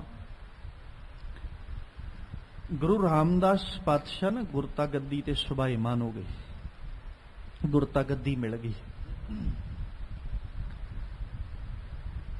ਇੱਕ ਸਿੱਖ ਹੈ ਜਿਹੜਾ ਰੋਜ਼ ਗੁਰੂ ਦਰਬਾਰ ਦੇ ਬਾਹਰ ਆ ਕੇ ਘੁੰਗਣੀਆਂ ਲਾ ਕੇ ਬਹਿੰਦਾ, ਰੋਜ਼। ਗੁਰੂ ਰਾਮਦਾਸ ਸਾਹਿਬ ਨਾ ਰੋਜ਼ ਉਹਨੂੰ ਬੜੇ ਧਿਆਨ ਨਾਲ ਵੇਖ ਕੇ ਲੰਘਦੇ।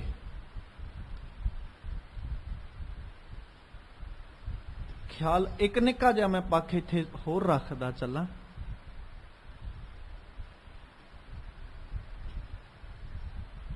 ਹਰ ਬੰਦਾ ਗਰੀਬੀ ਤੋਂ ਉੱਠਦਾ, ਹਰ ਬੰਦਾ।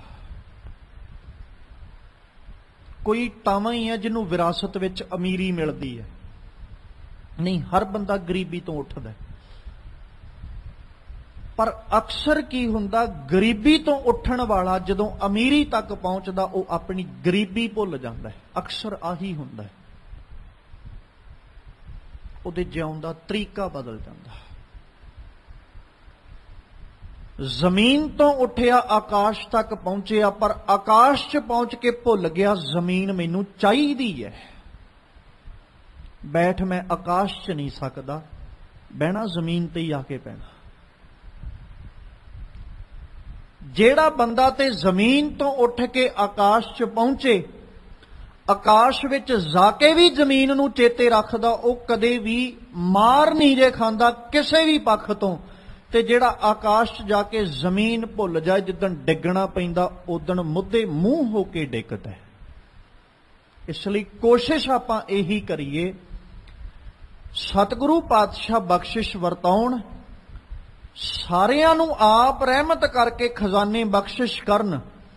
ਤੇ ਜੇ ਗਰੀਬੀ ਤੋਂ ਉੱਠ ਕੇ ਅਮੀਰੀ ਵੱਲ ਪਹੁੰਚਦੇ ਆ ਨਾ, ਤੇ ਆਪਣੇ ਉਹ ਦਿਨ ਕਦੇ ਵਿਸਾਰੀਏ ਨਾ ਜਿਨ੍ਹਾਂ ਦਿਨਾਂ ਤੋਂ ਸਤਿਗੁਰੂ ਨੇ ਚੁੱਕ ਕੇ ਤੇ ਉਤਾਂ ਲੈ ਕੇ ਸਾਨੂੰ ਖੜਿਆ, ਉਤਾਂ ਲੈ ਕੇ ਗਏ। ਖੈਰ, ਗੁਰੂ ਰਾਮਦਾਸ ਸਾਹਿਬ ਨਾ ਉਹਨੂੰ ਰੋਜ਼ ਬੜੇ ਧਿਆਨ ਨਾਲ ਵੇਖਦੇ, ਰੋਜ਼ ਹੀ। ਉਹ ਮਨ ਵਿੱਚ ਸੋਚਦਾ ਵੀ ਐ ਸਿੱਖ ਵੀ ਸ਼ਾਇਦ ਗੁਰੂ ਸਾਹਿਬ ਨੂੰ ਆਪਣੇ ਦਿਨ ਚੇਤੇ ਆਉਂਦੇ, ਵੀ ਮੈਨੂੰ ਵੇਖਦੇ ਨੇ, ਮੈਨੂੰ ਵੇਖ ਕੇ ਸ਼ਾਇਦ ਗੁਰੂ ਸਾਹਿਬ ਨੂੰ ਆਪਣੇ ਦਿਨ ਚੇਤੇ ਆਉਂਦੇ, ਆਪਣਾ ਸਮਾਂ ਚੇਤੇ ਆਉਂਦਾ। ਸੁਭਾਵਿਕ ਜਿਹੀ ਗੱਲ ਹੈ, ਜਦੋਂ ਜਿਹੜਾ ਕਰਮ ਅਸੀਂ ਕੀਤਾ ਹੋਵੇ, ਜਦੋਂ ਸਾਨੂੰ ਉਦਾਂ ਦਾ ਕੋਈ ਕਰਦਾ ਨਜ਼ਰ ਆਉਂਦਾ ਤੇ ਅਸੀਂ ਕਹਿੰਦੇ ਵੀ ਮੈਂ ਵੀ ਆਹ ਕੁਛ ਕਰਦਾ ਰਿਹਾ, ਮੈਨੂੰ ਵੀ ਚੇਤੇ ਹੈ ਅੱਜ ਉਹ ਦਿਨ ਮੈਂ ਆ ਕੀਤਾ ਹੈ। ਤੇ ਕੀ ਗੁਰੂ ਰਾਮਦਾਸ ਸਾਹਿਬ ਨੂੰ ਚੇਤੇ ਨਾ ਆਇਆ ਹੋਏਗਾ ਵੀ ਮੈਂ ਵੀ ਕਦੇ ਟੋਕਰੀ ਚੁੱਕ ਕੇ ਸਿਰ ਤੇ ਘੁੰਗਣੀਆਂ ਵੇਚੀਆਂ ਨੇ, ਅੱਜ ਆ ਵੇਚ ਰਿਹਾ।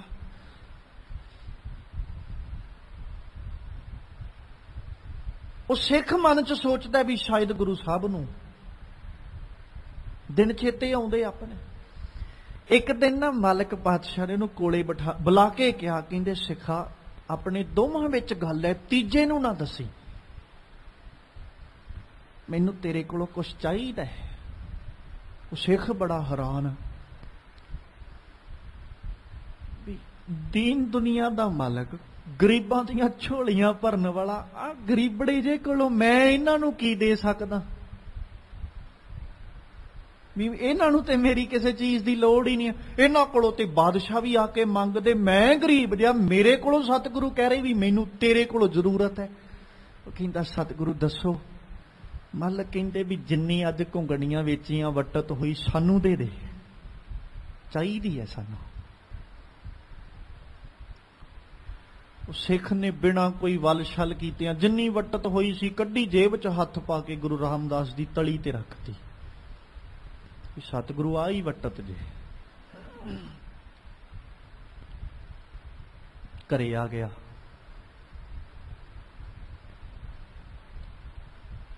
ਮਾਂ ਨੇ ਪੁੱਛਿਆ ਵੱਟਤ, ਕਹਿੰਦਾ ਗੁਰੂ ਰਾਮਦਾਸ ਸਾਹਿਬ ਨੇ ਮੰਗੀ, ਮੈਂ ਦੇਤੀ।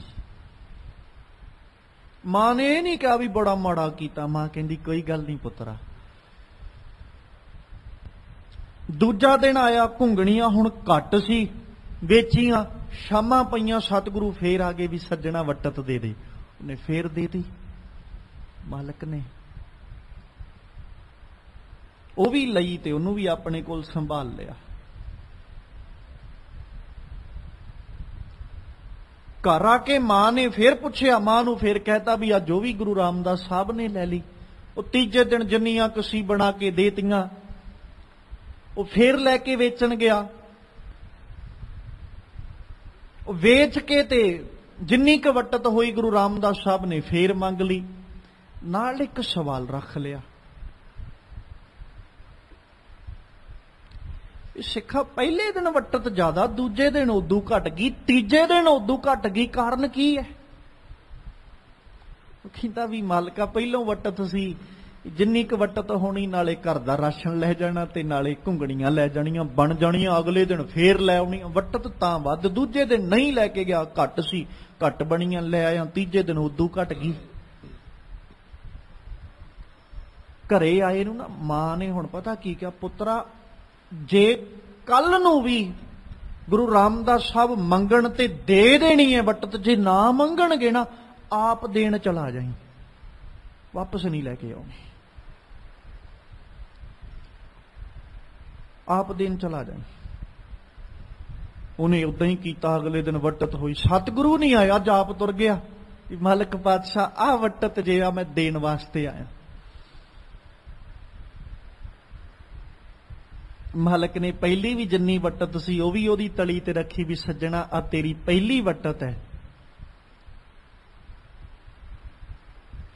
ਅੱਜ ਤੋਂ ਬਾਅਦ ਚ ਗੁਰੂ ਰਾਮਦਾਸ ਦੇ ਖਜ਼ਾਨੇ ਵੀ ਤੇਰੇ, ਜੋ ਚਾਹੀਦਾ ਇੱਥੋਂ ਲੈ ਕੇ ਜਾ, ਤੈਨੂੰ ਕੋਈ ਇਨਕਾਰ ਨਹੀਂ। ਇਹ ਪੱਖ ਮੈਂ ਤਾਂ ਰੱਖ ਰਿਹਾ, ਭੱਟ ਕੀਰਤ ਕੱਲ ਸਹਾਰ ਜੀ ਕਹਿ ਰਹੇ ਤਿਸ ਭੇਟੇ ਦਾਰਿਦਰ ਨਾ ਚੰਪੈ। ਜਿਹੜਾ ਗੁਰੂ ਰਾਮਦਾਸ ਨੂੰ ਮਿਲ ਲੈਂਦਾ ਹੈ ਨਾ, ਉਹਨੂੰ ਕਦੇ ਗਰੀਬੀ ਨਹੀਂ ਪਣਪਦੀ, ਚਾਹੇ ਉਹ ਗਰੀਬੀ ਸਰੀਰ ਦੀ ਹੋਵੇ, ਸੰਸਾਰਕ ਤੌਰ ਤੇ ਹੋਵੇ, ਤੇ ਚਾਹੇ ਉਹ ਗਰੀਬੀ ਦਾਵਾ ਜਿਹੜਾ ਹੈ ਨਾ ਉਹ ਇਉਂ ਕਹਿ ਲਈਏ ਅਧਿਆਤਮਿਕ ਵਾਲੇ ਪਾਸੇ ਤੋਂ, ਵੀ ਜਿਹੜੇ ਪਾਸੇ ਅਸੀਂ ਕਹੀਏ ਬੰਦਾ ਅਜੇ ਰੱਬ ਵਾਲੇ ਪਾਸੇ ਤੁਰਿਆ ਹੀ ਨਹੀਂ, ਗਰੀਬ ਹੀ ਤੁਰਿਆ ਫਿਰਦਾ, ਉਹ ਪਾਸੇ ਤੋਂ ਜਿਹੜਾ ਗੁਰੂ ਰਾਮਦਾਸ ਨਾਲ ਜੁੜ ਜਾਂਦਾ, ਸਰੀਰਕ ਗਰੀਬੀ ਵੀ ਕੱਟ ਦਿੰਦੇ ਨੇ ਮਾਲਕ। ਜਿਹੜਾ ਗੁਰੂ ਰਾਮਦਾਸ ਨਾਲ ਜੁੜ ਜਾਂਦਾ ਉਹਨੂੰ ਅਧਿਆਤਮਿਕ ਤੌਰ ਤੇ ਵੀ ਆਪਣੇ ਨਾਮ ਦਾ ਖਜ਼ਾਨਾ ਦੇ ਕੇ ਮਾਲਕ ਅਮੀਰੀ ਵਿੱਚ ਸ਼ਾਮਲ ਕਰ ਲੈਂਦੇ ਨੇ। ਤਿਸ ਭੇਟੇ ਦਾਰਿਦਰ ਨਾ ਚੰਪੈ, ਕੱਲਿਓ ਸਹਾਰ ਤਾਸ ਗੁਣ ਜੰਪੈ। ਕਹਿੰਦੇ ਕੱਲ ਸਹਾਰ ਉਸੇ ਗੁਰੂ ਰਾਮਦਾਸ ਸਾਹਿਬ ਦੇ ਗੁਣਾਂ ਨੂੰ ਜਪਦਾ ਹੈ। ਜੰਪ ਗੁਣ ਬਿਮਲ ਸੁਜਨ ਜਨ ਕੇਰੇ, ਅਮੇ ਨਾਮ ਜਾ ਕੋ ਫੁਰਿਆ। ਕਹਿੰਦੇ ਮੈਂ ਉਹਨਾਂ ਦੇ ਗੁਣਾਂ ਨੂੰ ਹੀ ਜਪਿਆ, ਬਿਮਲ ਜਿਨ੍ਹਾਂ ਦੇ ਗੁਣ ਮੈਲ ਤੋਂ ਰਹਿਤ ਨੇ, ਸੁਜਨ ਜਨ ਕੇਰੇ ਇਸ ਸੇਵਕ ਨੇ ਉਸ ਧੰਨ ਗੁਰੂ ਰਾਮਦਾਸ ਸਾਹਿਬ ਦੇ ਗੁਣਾਂ ਨੂੰ ਸਿਮਰਿਆ ਜਿਨ੍ਹਾਂ ਦੇ ਗੁਣ ਬਿਮਲ ਨੇ। ਅਮੈ ਨਾਮ ਜਾਪੋ ਫੁਰਿਆ, ਜਿਨ੍ਹਾਂ ਨੂੰ ਰੱਬ ਦਾ ਅੰਮ੍ਰਿਤ ਨਾਮ ਮਾਲੂਮ ਹੋਇਆ, ਜਿਨ੍ਹਾਂ ਨੂੰ ਰੱਬ ਦਾ ਅੰਮ੍ਰਿਤ ਨਾਮ ਫੁਰਿਆ। ਜਿਹੜਾ ਅੰਮ੍ਰਿਤ ਨਾਮ ਕਦੇ ਗੁਰੂ ਅਮਰਦਾਸ ਸਾਹਿਬ ਨੂੰ ਫੁਰਦਾ, ਜਿਹੜਾ ਅੰਮ੍ਰਿਤ ਨਾਮ ਕਦੇ ਗੁਰੂ ਅੰਗਦ ਸਾਹਿਬ ਨੂੰ ਫੁਰਦਾ, ਉਹੀ ਨਾਮ ਧੰਨ ਗੁਰੂ ਰਾਮਦਾਸ ਸਾਹਿਬ ਨੂੰ ਫੁਰਿਆ। ਤੇ ਕਹਿੰਦੇ ਮੈਂ ਉਹਨਾਂ ਦੇ ਹੀ ਗੁਣਾਂ ਨੂੰ ਗਾਉਂਦਾ ਹਾਂ। ਇਨ ਸਤਿਗੁਰ ਸੇਵ ਸ਼ਬਦ ਰਸ ਪਾਇਆ, ਨਾਮ ਨਿਰੰਜਨ ਉਰ ਧਰਿਆ। ਫਿਰ ਕਹਿੰਦੇ ਇਨ ਸਤਿਗੁਰ ਸੇਵ, ਧੰਨ ਗੁਰੂ ਰਾਮਦਾਸ ਸਾਹਿਬ ਨੇ ਗੁਰੂ ਅਮਰਦਾਸ ਸਾਹਿਬ ਨੂੰ ਸੇਵ ਕੇ ਸ਼ਬਦ ਰਸ ਪਾਇਆ, ਇਹਨਾਂ ਨੇ ਸ਼ਬਦ ਦਾ ਰਸ ਪਾਇਆ, ਨਾਮ ਨਿਰੰਜਨ ਉਰ ਧਰਿਆ। ਰੱਬ ਦਾ ਜਿਹੜਾ ਨਾਮ ਹੈ, ਮਾਇਆ ਦੀ ਕਾਲਖ ਤੋਂ ਰਹਿਤ ਅਕਾਲ ਪਰਮੇਸ਼ਵਰ ਦਾ ਪੁਰਖ ਦਾ ਜਿਹੜਾ ਨਾਮ ਹੈ, ਉਹਨੂੰ ਆਪਣੇ ਹਿਰਦੇ ਦੇ ਵਿੱਚ ਧਾਰਨ ਕੀਤਾ। ਹਰ ਨਾਮ ਰਸਕ ਗੋਬਿੰਦ ਗੁਣ ਗਾਹਕ, ਚਾਹਕ ਤਤ ਸਮਤ ਸਰੇ। ਹਰ ਨਾਮ ਰਸਕ, ਰੱਬ ਦੇ ਨਾਮ ਦਾ ਜਿਹੜਾ ਰਸਕ ਹੈ, ਰਸ ਲੈਣ ਵਾਲਾ ਜਿਹੜਾ, ਗੋਬਿੰਦ ਗੁਣ ਗਾਹਕ ਜਿਹੜਾ ਉਹਦੇ ਗੁਣਾਂ ਦਾ ਗਾਹਕ ਹੈ, ਚਾਹਕ ਜੋ ਚਾਹਣ ਵਾਲਾ ਹੈ, ਤਤ ਸਮਤ ਸਰੇ। ਉਹ ਧੰਨ ਗੁਰੂ ਰਾਮਦਾਸ ਸਾਹਿਬ ਜੀ ਜਿਹੜੇ ਇੱਕ ਬੜਾ ਵੱਡਾ ਚਸ਼ਮਾ ਨੇ ਇਹਨਾਂ ਸਾਰੀਆਂ ਚੀਜ਼ਾਂ ਦਾ, ਇੱਕ ਬੜਾ ਵੱਡਾ ਸੋਮਾ ਨੇ। ਰੱਬ ਦੇ ਗੁਣਾਂ ਨੂੰ ਚਾਹਣ ਵਾਲੇ ਨੇ, ਰੱਬ ਦੇ ਗੁਣਾਂ ਦੇ ਗਾਹਕ ਵੀ ਨੇ, ਤੇ ਰੱਬ ਦੇ ਨਾਮ ਦਾ ਰਸਕ ਰਸ ਲੈਣ ਵਾਲੇ ਵੀ ਨੇ। ਤੇ ਉਹ ਧੰਨ ਗੁਰੂ ਰਾਮਦਾਸ ਸਾਹਿਬ ਇੱਕ ਬੜਾ ਵੱਡਾ ਚਸ਼ਮਾ ਹਨ ਰੱਬ ਦੇ ਗੁਣਾਂ ਦਾ, ਰੱਬ ਦੇ ਨਾਮ ਦਾ, ਰੱਬ ਦੇ ਨਾਮ ਰਸ ਦਾ, ਰੱਬ ਦੇ ਗੁਣਾਂ ਦੇ ਗਾਹਕ ਰੂਪ ਵਿੱਚ ਵਜੋਂ ਕਹਿ ਲੋ। ਸਤਿਗੁਰੂ ਰਾਮਦਾਸ ਸਾਹਿਬ ਇੱਕ ਬੜਾ ਵੱਡਾ ਚਸ਼ਮਾ, ਇੱਕ ਬੜਾ ਵੱਡਾ ਖਜ਼ਾਨਾ ਸੁਮਾਹਨ। ਕਵ ਕਲਿਆ ਠਾਕੁਰ ਹਰਦਾਸ ਤਨੇ ਗੁਰ ਰਾਮਦਾਸ ਸਰ ਅਪਰ ਪਰੇ। ਕਹਿੰਦੇ ਕਵ ਕੱਲਿਓ ਠਾਕੁਰ ਹਰਦਾਸ ਤਨੇ। ਕਵ ਕੱਲ ਜੀ ਹਰਦਾਸ ਠਾਕੁਰ ਹਰਦਾਸ ਮਤਲਬ ਉਹਨਾਂ ਦੇ ਪਿਤਾ ਜੀ ਗੁਰੂ ਰਾਮਦਾਸ ਸਾਹਿਬ ਦੇ। ਤਨੇ ਤਨ ਲਫ਼ਜ਼ ਪੁੱਤਰ ਲਈ, ਗੁਰੂ ਰਾਮਦਾਸ ਜਿਹੜੇ ਧੰਨ ਗੁਰੂ ਰਾਮਦਾਸ ਸਾਹਿਬ ਨੇ ਸਰ ਅਭਰ ਭਰੇ, ਜਿਹੜੇ ਸਤਿਗੁਰੂ ਪਾਤਸ਼ਾਹ ਖਾਲੀ ਸਰੋਵਰਾਂ ਨੂੰ ਵੀ ਭਰ ਦੇਣ ਵਾਲੇ ਨੇ, ਉਹ ਧੰਨ ਗੁਰੂ ਰਾਮਦਾਸ ਸਾਹਿਬ ਜੀ ਦੇ ਗੁਣ ਆ ਭੱਟ ਕਲ ਸਹਾਰ ਜੀ ਗਾਉਂਦੇ ਹਨ। ਛੁਟਤ ਪ੍ਰਵਾਹ ਅਮੈ ਅਮਰਾ ਪਦ ਅੰਮ੍ਰਿਤ ਸਰੋਵਰ ਸਦ ਭਰਿਆ। ਹੁਣ ਫੇਰ ਗੁਰੂ ਰਾਮਦਾਸ ਸਾਹਿਬ ਜੀ ਦੀ ਵਡਿਆਈ ਕਰਦਿਆਂ ਕਹਿੰਦੇ ਛੁਟਤ ਪ੍ਰਵਾਹ, ਹਰ ਵਕਤ ਪ੍ਰਵਾਹ ਚੱਲ ਰਿਹਾ। ਅਮੈ ਕਾਹਦਾ? ਅੰਮ੍ਰਿਤ ਦਾ। ਅਮਰਾ ਪਦ ਉੱਚੀਆਂ ਅਵਸਥਾ ਦਾ ਕਹਿ ਲੋ। ਅੰਮ੍ਰਿਤ ਸਰੋਵਰ ਸਦ ਭਰਿਆ। ਧੰਨ ਗੁਰੂ ਰਾਮਦਾਸ ਸਾਹਿਬ ਜੀ ਅੰਮ੍ਰਿਤ ਦਾ ਇੱਕ ਬੜਾ ਵੱਡਾ ਸਰੋਵਰ ਨੇ, ਇੱਕ ਬੜਾ ਵੱਡਾ ਸਮੁੰਦਰ ਕਹਿ ਲਈਏ, ਜੋ ਹਰ ਵਕਤ ਭਰਿਆ ਹੋਇਆ ਹੈ ਤੇ ਉਹਦੇ ਵਿੱਚੋਂ ਹਰ ਵਕਤ ਅੰਮ੍ਰਿਤ ਦਾ ਜਿਹੜਾ ਪ੍ਰਵਾਹ ਹੈ ਉਹ ਚੱਲ ਰਿਹਾ ਹੈ। ਇਉਂ ਕਹਿ ਲਈਏ ਕਿ ਗੁਰੂ ਰਾਮਦਾਸ ਸਾਹਿਬ ਕਿਰਪਾ ਦਾ ਖਜ਼ਾਨਾ ਨੇ ਤੇ ਉਹ ਹਰ ਵਕਤ ਕਿਰਪਾ ਦੀ ਵਰਖਾ, ਕਿਰਪਾ ਦਾ ਅੰਮ੍ਰਿਤ ਵਰਤਾ ਰਹੇ, ਹਰ ਵਕਤ ਕਿਰਪਾ ਵੰਡ ਰਹੇ ਨੇ। ਧੰਨ ਗੁਰੂ ਰਾਮਦਾਸ ਸਾਹਿਬ ਜੀ ਖਜ਼ਾਨਾ ਨੇ ਤੇ ਉਹ ਖਜ਼ਾਨਾ ਜਿਹੜਾ ਹਰ ਵਕਤ ਵੰਡਿਆ ਜਾ ਰਿਹਾ ਹੈ। ਭੱਟ ਕਾਲਿਆ ਜੀ ਕਹਿ ਰਹੇ, ਕਹਿੰਦੇ ਛੁੱਟਤ ਪ੍ਰਵਾਹ ਅਮਏ, ਅੰਮ੍ਰਿਤ ਦਾ ਪ੍ਰਵਾਹ ਹਰ ਵਕਤ ਛੁੱਟ ਰਿਹਾ, ਕਿਉਂਕਿ ਧੰਨ ਗੁਰੂ ਰਾਮਦਾਸ ਸਾਹਿਬ ਖੁਦ ਅੰਮ੍ਰਿਤ ਦਾ ਇੱਕ ਬੜਾ ਵੱਡਾ ਸਰੋਵਰ ਨੇ ਤੇ ਜਿਨ੍ਹਾਂ ਵਿੱਚੋਂ ਹਰ ਵਕਤ ਅੰਮ੍ਰਿਤ ਦਾ ਝਰਨਾ ਚੱਲ ਰਿਹਾ। ਉਹ ਅੰਮ੍ਰਿਤ ਦਾ ਝਰਨਾ ਹਰ ਵਕਤ ਹੀ ਵੰਡ ਰਹੇ ਹਨ। ਤੇ ਪੀਵਹਿ ਸੰਤ ਕਰਹਿ ਮਨ ਮੱਜਨ ਪੁਬ ਜਿਨਹੁ ਸੇਵਾ ਕਰਿਆ। ਪਰ ਇਸ ਅੰਮ੍ਰਿਤ ਨੂੰ ਮਾਣਦਾ ਉਹੀ ਹੈ, ਮਨ ਉਹਨਾਂ ਦਾ ਹੀ ਇਸ ਅੰਮ੍ਰਿਤ ਵਿੱਚ ਇਸ਼ਨਾਨ ਕਰਦਾ ਹੈ। ਤੇ ਪੀਵੇਂ, ਪੀਂਦੇ ਵੀ ਉਹ ਨੇ। ਸੰਤ ਕਰੈ ਮਨ ਮੱਜਨ, ਉਹ ਰੱਬੀ ਪਿਆਰੇ ਮਨ ਦਾ ਮੱਜਨ ਕਰਦੇ ਨੇ, ਮਨ ਦਾ ਇਸ਼ਨਾਨ ਕਰਵਾਉਂਦੇ ਨੇ। ਪੁੱਬ, ਇਹ ਲਫ਼ਜ਼ ਬਣਿਆ ਪੂਰਬ ਤੋਂ। ਪੁੱਬ ਮਤਲਬ ਪਹਿਲੇ ਕਰਮ।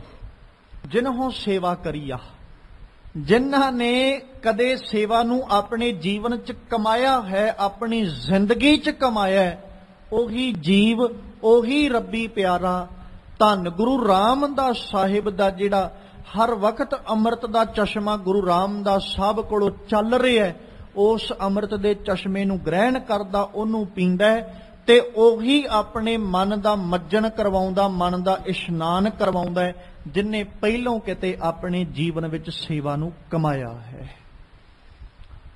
ਉਹੀ ਜੀਵ। ਆਪਾਂ ਵੇਖਦੇ ਹਾਂ ਨਾ, ਕਈ ਵਾਰ ਹੈਰਾਨਗੀ ਹੁੰਦੀ,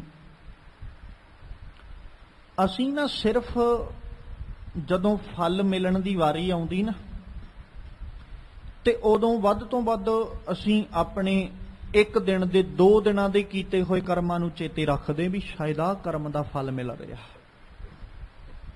ਪਰ ਨਹੀਂ। ਫਲ ਦੇਣ ਵਾਲਾ ਅਕਾਲ ਪੁਰਖ ਹੈ। ਉਹਨੇ ਕਿਹੜੇ ਕਰਮ ਦਾ ਫਲ ਸਾਨੂੰ ਕਿੱਥੇ ਜਾ ਕੇ ਦੇਣਾ, ਇਹਦਾ ਨਹੀਂ ਪਤਾ। ਇਸ ਗੱਲ ਦਾ ਸਾਨੂੰ ਕੋਈ ਗਿਆਨ ਨਹੀਂ। ਹਾਂ, ਇੰਨਾ ਜ਼ਰੂਰ ਹੈ, ਸਾਡੇ ਕੀਤੇ ਕਰਮ ਦਾ ਫਲ ਜ਼ਰੂਰ ਮਿਲੇਗਾ, ਇਹ ਜ਼ਰੂਰ ਹੈ। ਅਸੀਂ ਕਰਮ ਹੋ ਸਕਦਾ ਅੱਜ ਤੋਂ 20 ਸਾਲ ਪਹਿਲਾਂ ਕਰ ਲਿਆ ਹੋਵੇ, ਫਲ ਉਹਦਾ ਸਾਡੇ ਸਾਹਮਣੇ ਅੱਜ ਆਉਂਦਾ ਹੋਵੇ, ਫਿਰ ਬੰਦਾ ਸੋਚਦਾ ਵੀ ਮੈਂ ਐਸਾ ਕੰਮ ਕਿਹੜਾ ਕਰ ਲਿਆ ਜਿਹਦਾ ਮੈਨੂੰ ਆਹ ਫਲ ਮਿਲ ਰਿਹਾ, ਚਾਹੇ ਉਹ ਦੁੱਖਾਂ ਦਾ ਹੋਵੇ ਤੇ ਚਾਹੇ ਸੁੱਖਾਂ ਦਾ ਹੋਵੇ। ਸ਼ਾਇਦ ਇਨਸਾਨੀ ਮੱਤ ਹੈ, ਜਦੋਂ ਸੁੱਖ ਵਾਲਾ ਫਲ ਮਿਲੇ ਉਦੋਂ ਚੇਤਾ ਨਾ ਵੀ ਆਵੇ ਵੀ ਮੈਂ ਕਿਹੜਾ ਕੰਮ ਕੀਤਾ। ਉਦੋਂ ਬੰਦਾ ਆਪੇ ਹੀ ਅੰਦਾਜ਼ੇ ਲਾਈ ਜਾਂਦਾ ਵੀ ਮੇਰੀ ਜ਼ਿੰਦਗੀ ਹੀ ਬੜੀ ਸੁਖਾਲੀ ਹੈ, ਖੁਸ਼ੀ ਭਰੀ ਹੈ, ਰੱਬ ਦੇ ਹੀ ਜਾਂਦਾ, ਖੁਸ਼ੀਆਂ ਦੇ ਹੀ ਜਾਂਦਾ। ਪਰ ਜਦੋਂ ਦੁੱਖ ਆਉਂਦਾ ਨਾ ਉਦੋਂ ਇਨਸਾਨ ਜ਼ਰੂਰ ਪਛਤਾਉਂਦਾ ਵੀ ਮੈਂ ਕਿਹੜਾ ਐਸਾ ਕੰਮ ਕਰ ਲਿਆ ਜਿਹੜਾ ਮੈਨੂੰ ਆਹ ਫਲ ਮਿਲ ਰਿਹਾ, ਆਹ ਸਜ਼ਾ ਮਿਲ ਰਹੀ ਹੈ। ਤੇ ਉਹ ਆਪਣੇ ਕੀਤੇ ਕਰਮ ਹੀ ਭੁੱਲੇ ਹੁੰਦੇ ਵੀ ਆਹ ਕੁਛ ਕੀਤਾ ਹੈ ਮੈਂ ਤੇ ਇਹਨਾਂ ਦਾ ਫਲ ਮੇਰੇ ਸਾਹਮਣੇ ਆ ਰਿਹਾ, ਚਾਹੇ ਉਹ ਕਿਸੇ ਰੂਪ ਵਿੱਚ ਵੀ ਹੈ। ਐਵੇਂ ਨਹੀਂ ਸਤਿਗੁਰੂ ਜੀ ਨੇ ਬਾਣੀ 'ਚ ਵਰਤਿਆ ਲਫ਼ਜ਼ ਵੀ ਉਦਾਂ ਦਾ ਹੀ ਜੀਵ ਖਾਂਦਾ ਜਿੱਦਾਂ ਦਾ ਉਹ ਬੋਂਦਾ ਹੈ, ਤੇ ਜਿੱਦਾਂ ਦਾ ਉਹ ਬੀਜਦਾ ਉਦਾਂ ਦਾ ਹੀ ਵੱਢਦਾ। ਇਹਦੇ 'ਚ ਕੋਈ ਦੋ ਰਾਵਾਂ ਨਹੀਂ। ਅੱਜ ਬੀਜ ਰਹੇ ਆ, ਹੋ ਸਕਦਾ ਆਉਣ ਵਾਲੇ 30-40 ਸਾਲਾਂ ਨੂੰ ਸਾਨੂੰ ਇਹ ਵੱਢਣਾ ਪਵੇ ਜੋ ਅਸੀਂ ਬੀਜਿਆ। ਹੁਣ ਜੇ ਆਪਾਂ ਆ ਜਿੰਨਾਂ ਹਾਲਾਤਾਂ 'ਚੋਂ ਸਮਾਜ ਅੱਜ ਦਾ ਲੰਘ ਰਿਹਾ, ਜੇ ਇਹਨਾਂ ਹਾਲਾਤਾਂ ਦੀ ਗੱਲ ਕਰਾਂਗੇ, ਕਿਤੇ ਨਾ ਕਿਤੇ ਜਾ ਕੇ ਇਨਸਾਨ ਖੁਦ ਦੋਸ਼ੀ ਹੈ ਇਹਨਾਂ ਹਾਲਾਤਾਂ ਦਾ, ਖੁਦ ਇਨਸਾਨ ਦੋਸ਼ੀ ਹੈ। ਤੇ ਕੀ ਇਹ ਇਨਸਾਨ ਨੇ ਇੱਕੋ ਦਿਨ 'ਚ ਹੀ ਸਾਰਾ ਕੁਝ ਪੈਦਾ ਕਰ ਲਿਆ ਸੀ? ਕਿੰਨੇ ਲੰਮੇ ਅਰਸੇ ਤੋਂ ਲੱਗਾ ਹੋਏਗਾ। ਹੁਣ ਆਪਾਂ ਅੱਜ ਦੇ ਸਮੇਂ 'ਚ ਬਹੁਤ ਜ਼ਿਆਦਾ ਇੱਕ ਸ਼ੋਰ ਪਾਇਆ ਜਾ ਰਿਹਾ ਜੀ, ਪਾਣੀ ਨੂੰ ਸੰਭਾਲ ਲਓ, ਪਾਣੀ ਨੂੰ ਸੰਭਾਲ ਲਓ, ਮੁੱਕਦਾ ਜਾ ਰਿਹਾ ਸਾਫ਼ ਪਾਣੀ, ਗੰਦਲੇ ਦੀ ਮਾਤਰਾ ਵੱਧਦੀ ਜਾ ਰਹੀ ਹੈ, ਪੀਣ ਯੋਗ ਪਾਣੀ ਮੁੱਕਦਾ ਜਾ ਰਿਹਾ। ਹੁਣ ਇੱਕ ਦਿਨ 'ਚ ਤੇ ਮੁਕਾ ਨਹੀਂ ਦਿੱਤਾ ਸਾਰਿਆਂ ਨੇ। ਇਹ ਤਾਂ ਨਹੀਂ ਨਾ ਹੋਇਆ ਵੀ ਬੰਦੇ ਸਾਰਿਆਂ ਨੇ ਇੱਕ ਦਿਨ 'ਚ ਹੀ ਮੁਕਾਤਾ ਪਾਣੀ, ਇੱਕ ਦਿਨ 'ਚ ਹੀ ਗੰਦਲਾ ਕਰ। ਕਿਵੇਂ ਹੌਲੀ ਹੌਲੀ ਲੱਗਾ ਹੋਇਆ ਇਨਸਾਨ ਪਾਣੀ ਸਾਫ਼ ਨੂੰ ਖਤਮ ਕਰਨ ਤੇ ਸਾਫ਼ ਨੂੰ ਹੀ ਗੰਦਲਾ ਕਰਨ। ਕਦੇ ਉਹ ਵੀ ਸਮਾਂ ਸੀ ਜਿੱਦਣ ਦਰਿਆਵਾਂ ਦਾ ਪਾਣੀ ਵੀ ਪੀਣ ਯੋਗ ਹੈ, ਉਹ ਵੀ ਸਮਾਂ ਜਿੱਦਣ ਨਦੀਆਂ ਦਾ ਪਾਣੀ ਵੀ ਪੀਣ ਯੋਗ ਹੈ। ਅੱਜ ਉਹ ਵੀ ਸਮਾਂ ਦਰਿਆਵਾਂ ਦੇ ਕੋਲੋਂ, ਨਦੀਆਂ ਦੇ ਕੋਲੋਂ ਲੰਘਣ ਵਾਲਾ ਇਨਸਾਨ ਆਪਣੇ ਮੂੰਹ ਨੂੰ ਢੱਕ ਕੇ ਲੰਘਦਾ, ਨੱਕ ਨੂੰ ਵੀ ਢੱਕ ਕੇ ਲੰਘਦਾ। ਪਾਣੀ ਵੇਖਣਾ ਤੇ ਦੂਰ ਦੀ ਗੱਲ, ਸੁੰਘਣਾ ਵੀ ਪਸੰਦ ਨਹੀਂ ਕਰਦਾ ਜੀ, ਬਦਬੂ ਆਉਂਦੀ ਹੈ। ਇੱਕ ਦਿਨ 'ਚ ਤਾਂ ਨਹੀਂ ਲਬੇੜਤੇ ਸਾਰੇ, ਕਿੰਨਾ ਚਿਰ ਲੱਗਾ ਹੋਏਗਾ। ਪਰ ਕੀਤਾ ਤੇ ਇਨਸਾਨ ਦਾ ਹੀ ਕਰਮ ਹੈ ਨਾ, ਫਲ ਤੇ ਇਨਸਾਨ ਨੂੰ ਹੀ ਮਿਲਣਾ, ਕੀਤਾ ਇਨਸਾਨ ਨੇ।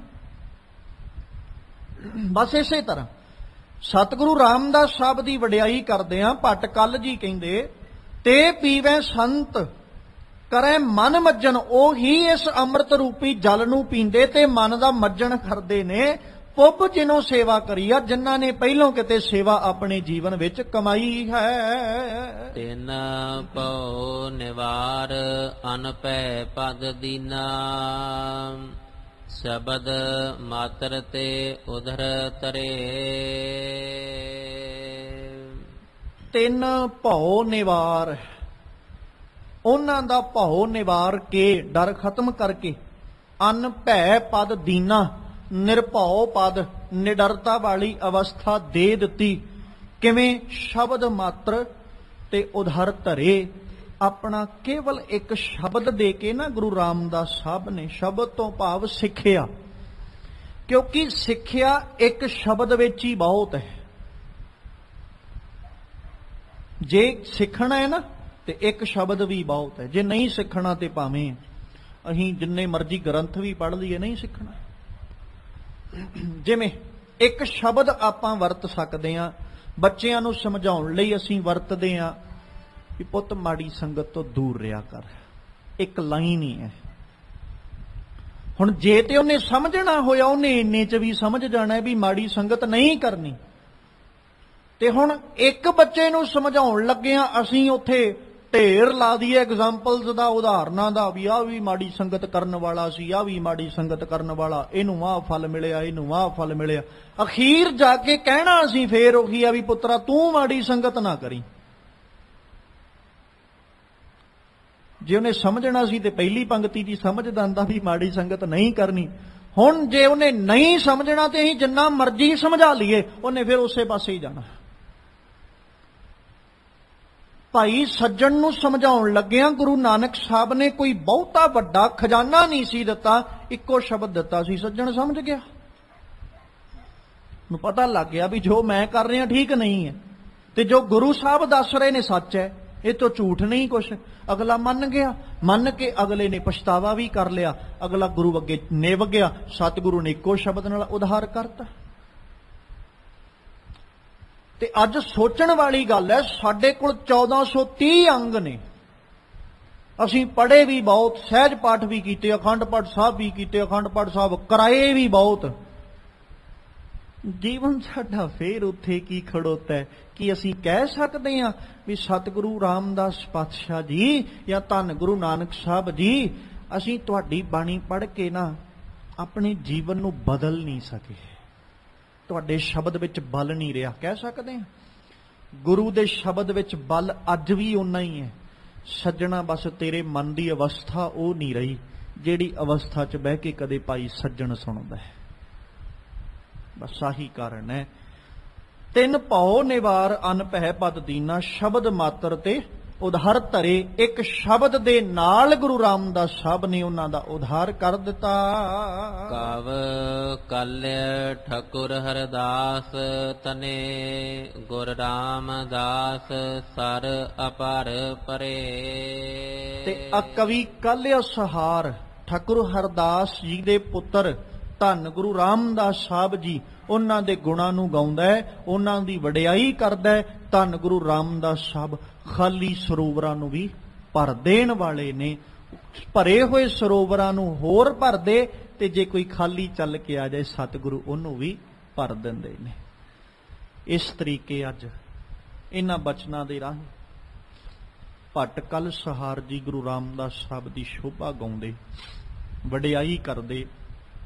ਤੇ ਜੇ ਉਹ ਗੁਰੂ ਰਾਮਦਾਸ ਸਾਹਿਬ ਦੀ ਵਡਿਆਈ ਕਰਦੇ ਨੇ ਨਾ, ਤੇ ਫਿਰ ਕਿਤੇ ਨਾ ਕਿਤੇ ਜਾ ਕੇ ਸਾਨੂੰ ਸੋਚਣਾ ਚਾਹੀਦਾ ਹੈ ਕਿ ਸਾਡੇ ਮਨਾਂ ਨੂੰ ਅਜੇ ਤੱਕ ਇਹ ਗੱਲ ਕਿਉਂ ਨਹੀਂ ਸਮਝ ਲੱਗੀ ਕਿ ਮਨਾ ਖਜ਼ਾਨਾ ਸਾਡਾ ਹੈ, ਤੇ ਅਸੀਂ ਕਿਉਂ ਇਹਨੂੰ ਵਿਸਾਰ ਕੇ ਭੁੱਲ ਕੇ ਬੈਠੇ ਹਾਂ।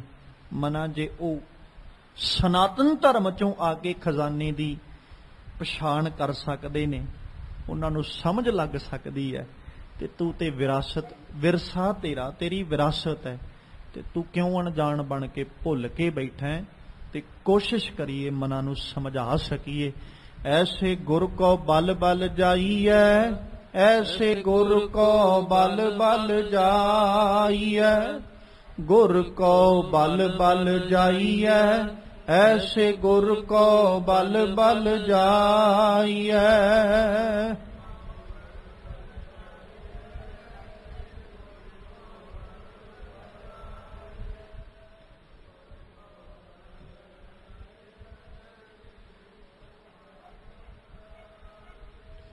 गुर को बल बल जाइए, ऐसे गुर को बल बल जाइए, गुर को बल बल जाइए, ऐसे गुर को बल बल जाइए।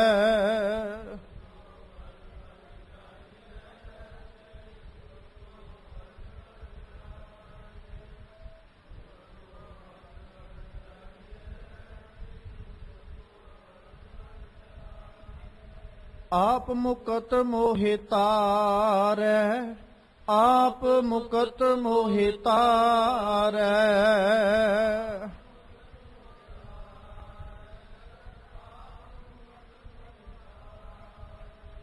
आप मुकत मोहि तारै, आप मुकत मोहि तारै।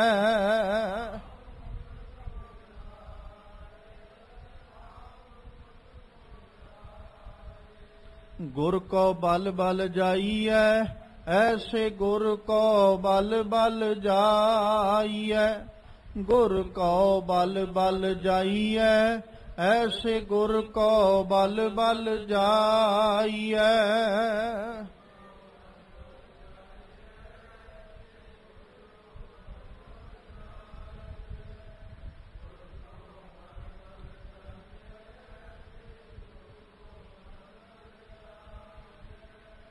ਸਤਿਗੁਰੂ ਪਾਤਸ਼ਾਹ ਕਿਰਪਾ ਕਰਨ, ਸਾਡੇ ਵੀ ਸਿਰਾਂ ਉੱਤੇ ਆਪਣਾ ਮਿਹਰ ਭਰਿਆ ਹੱਥ ਰੱਖਣ, ਕਿਤੇ ਮਨਾ ਕਰਕੇ ਗੁਰੂ ਸਾਹਿਬ ਦੀ ਵਡਿਆਈ ਕਰਨ ਦੀ ਜਾਚ ਆ ਜਾਏ, ਤਾਂ ਜੋ ਸਾਡੇ ਇਹ ਲੋਕ ਸੁਖੀਏ ਪਰਲੋਕ ਸੁਹੇਲੇ। ਨਾਨਕ ਹਰ ਪ੍ਰਭ ਆਪੇ ਮੇਲੇ ਹੋਈਆਂ ਬੇਅੰਤ ਭੁੱਲਾਂ ਦੀ ਖਿਮਾ ਬਖਸ਼ਣੀ। ਆਓ ਸਤਿਗੁਰਾਂ ਦੇ ਪਾਵਨ ਬਚਨ ਆਪਣੇ ਹਿਰਦਿਆਂ ਵਿੱਚ ਵਸਾ ਲਈਏ। ਤਿਨ ਭਉ ਨਿਵਾਰ ਅਨ ਭੈ ਪਦ ਦੀਨਾ, ਸ਼ਬਦ ਮਾਤਰ ਤੇ ਉਧਰ ਤਰੇ। ਕਵ ਕਲਿ ਠਕੁਰ ਹਰਦਾਸ ਤਨੇ, ਗੁਰ ਰਾਮਦਾਸ ਸਰ ਅਪਰ ਪਰੇ। ਵਾਹਿਗੁਰੂ ਜੀ ਕਾ ਖਾਲਸਾ ਵਾਹਿਗੁਰੂ ਜੀ ਕੀ ਫਤਿਹ।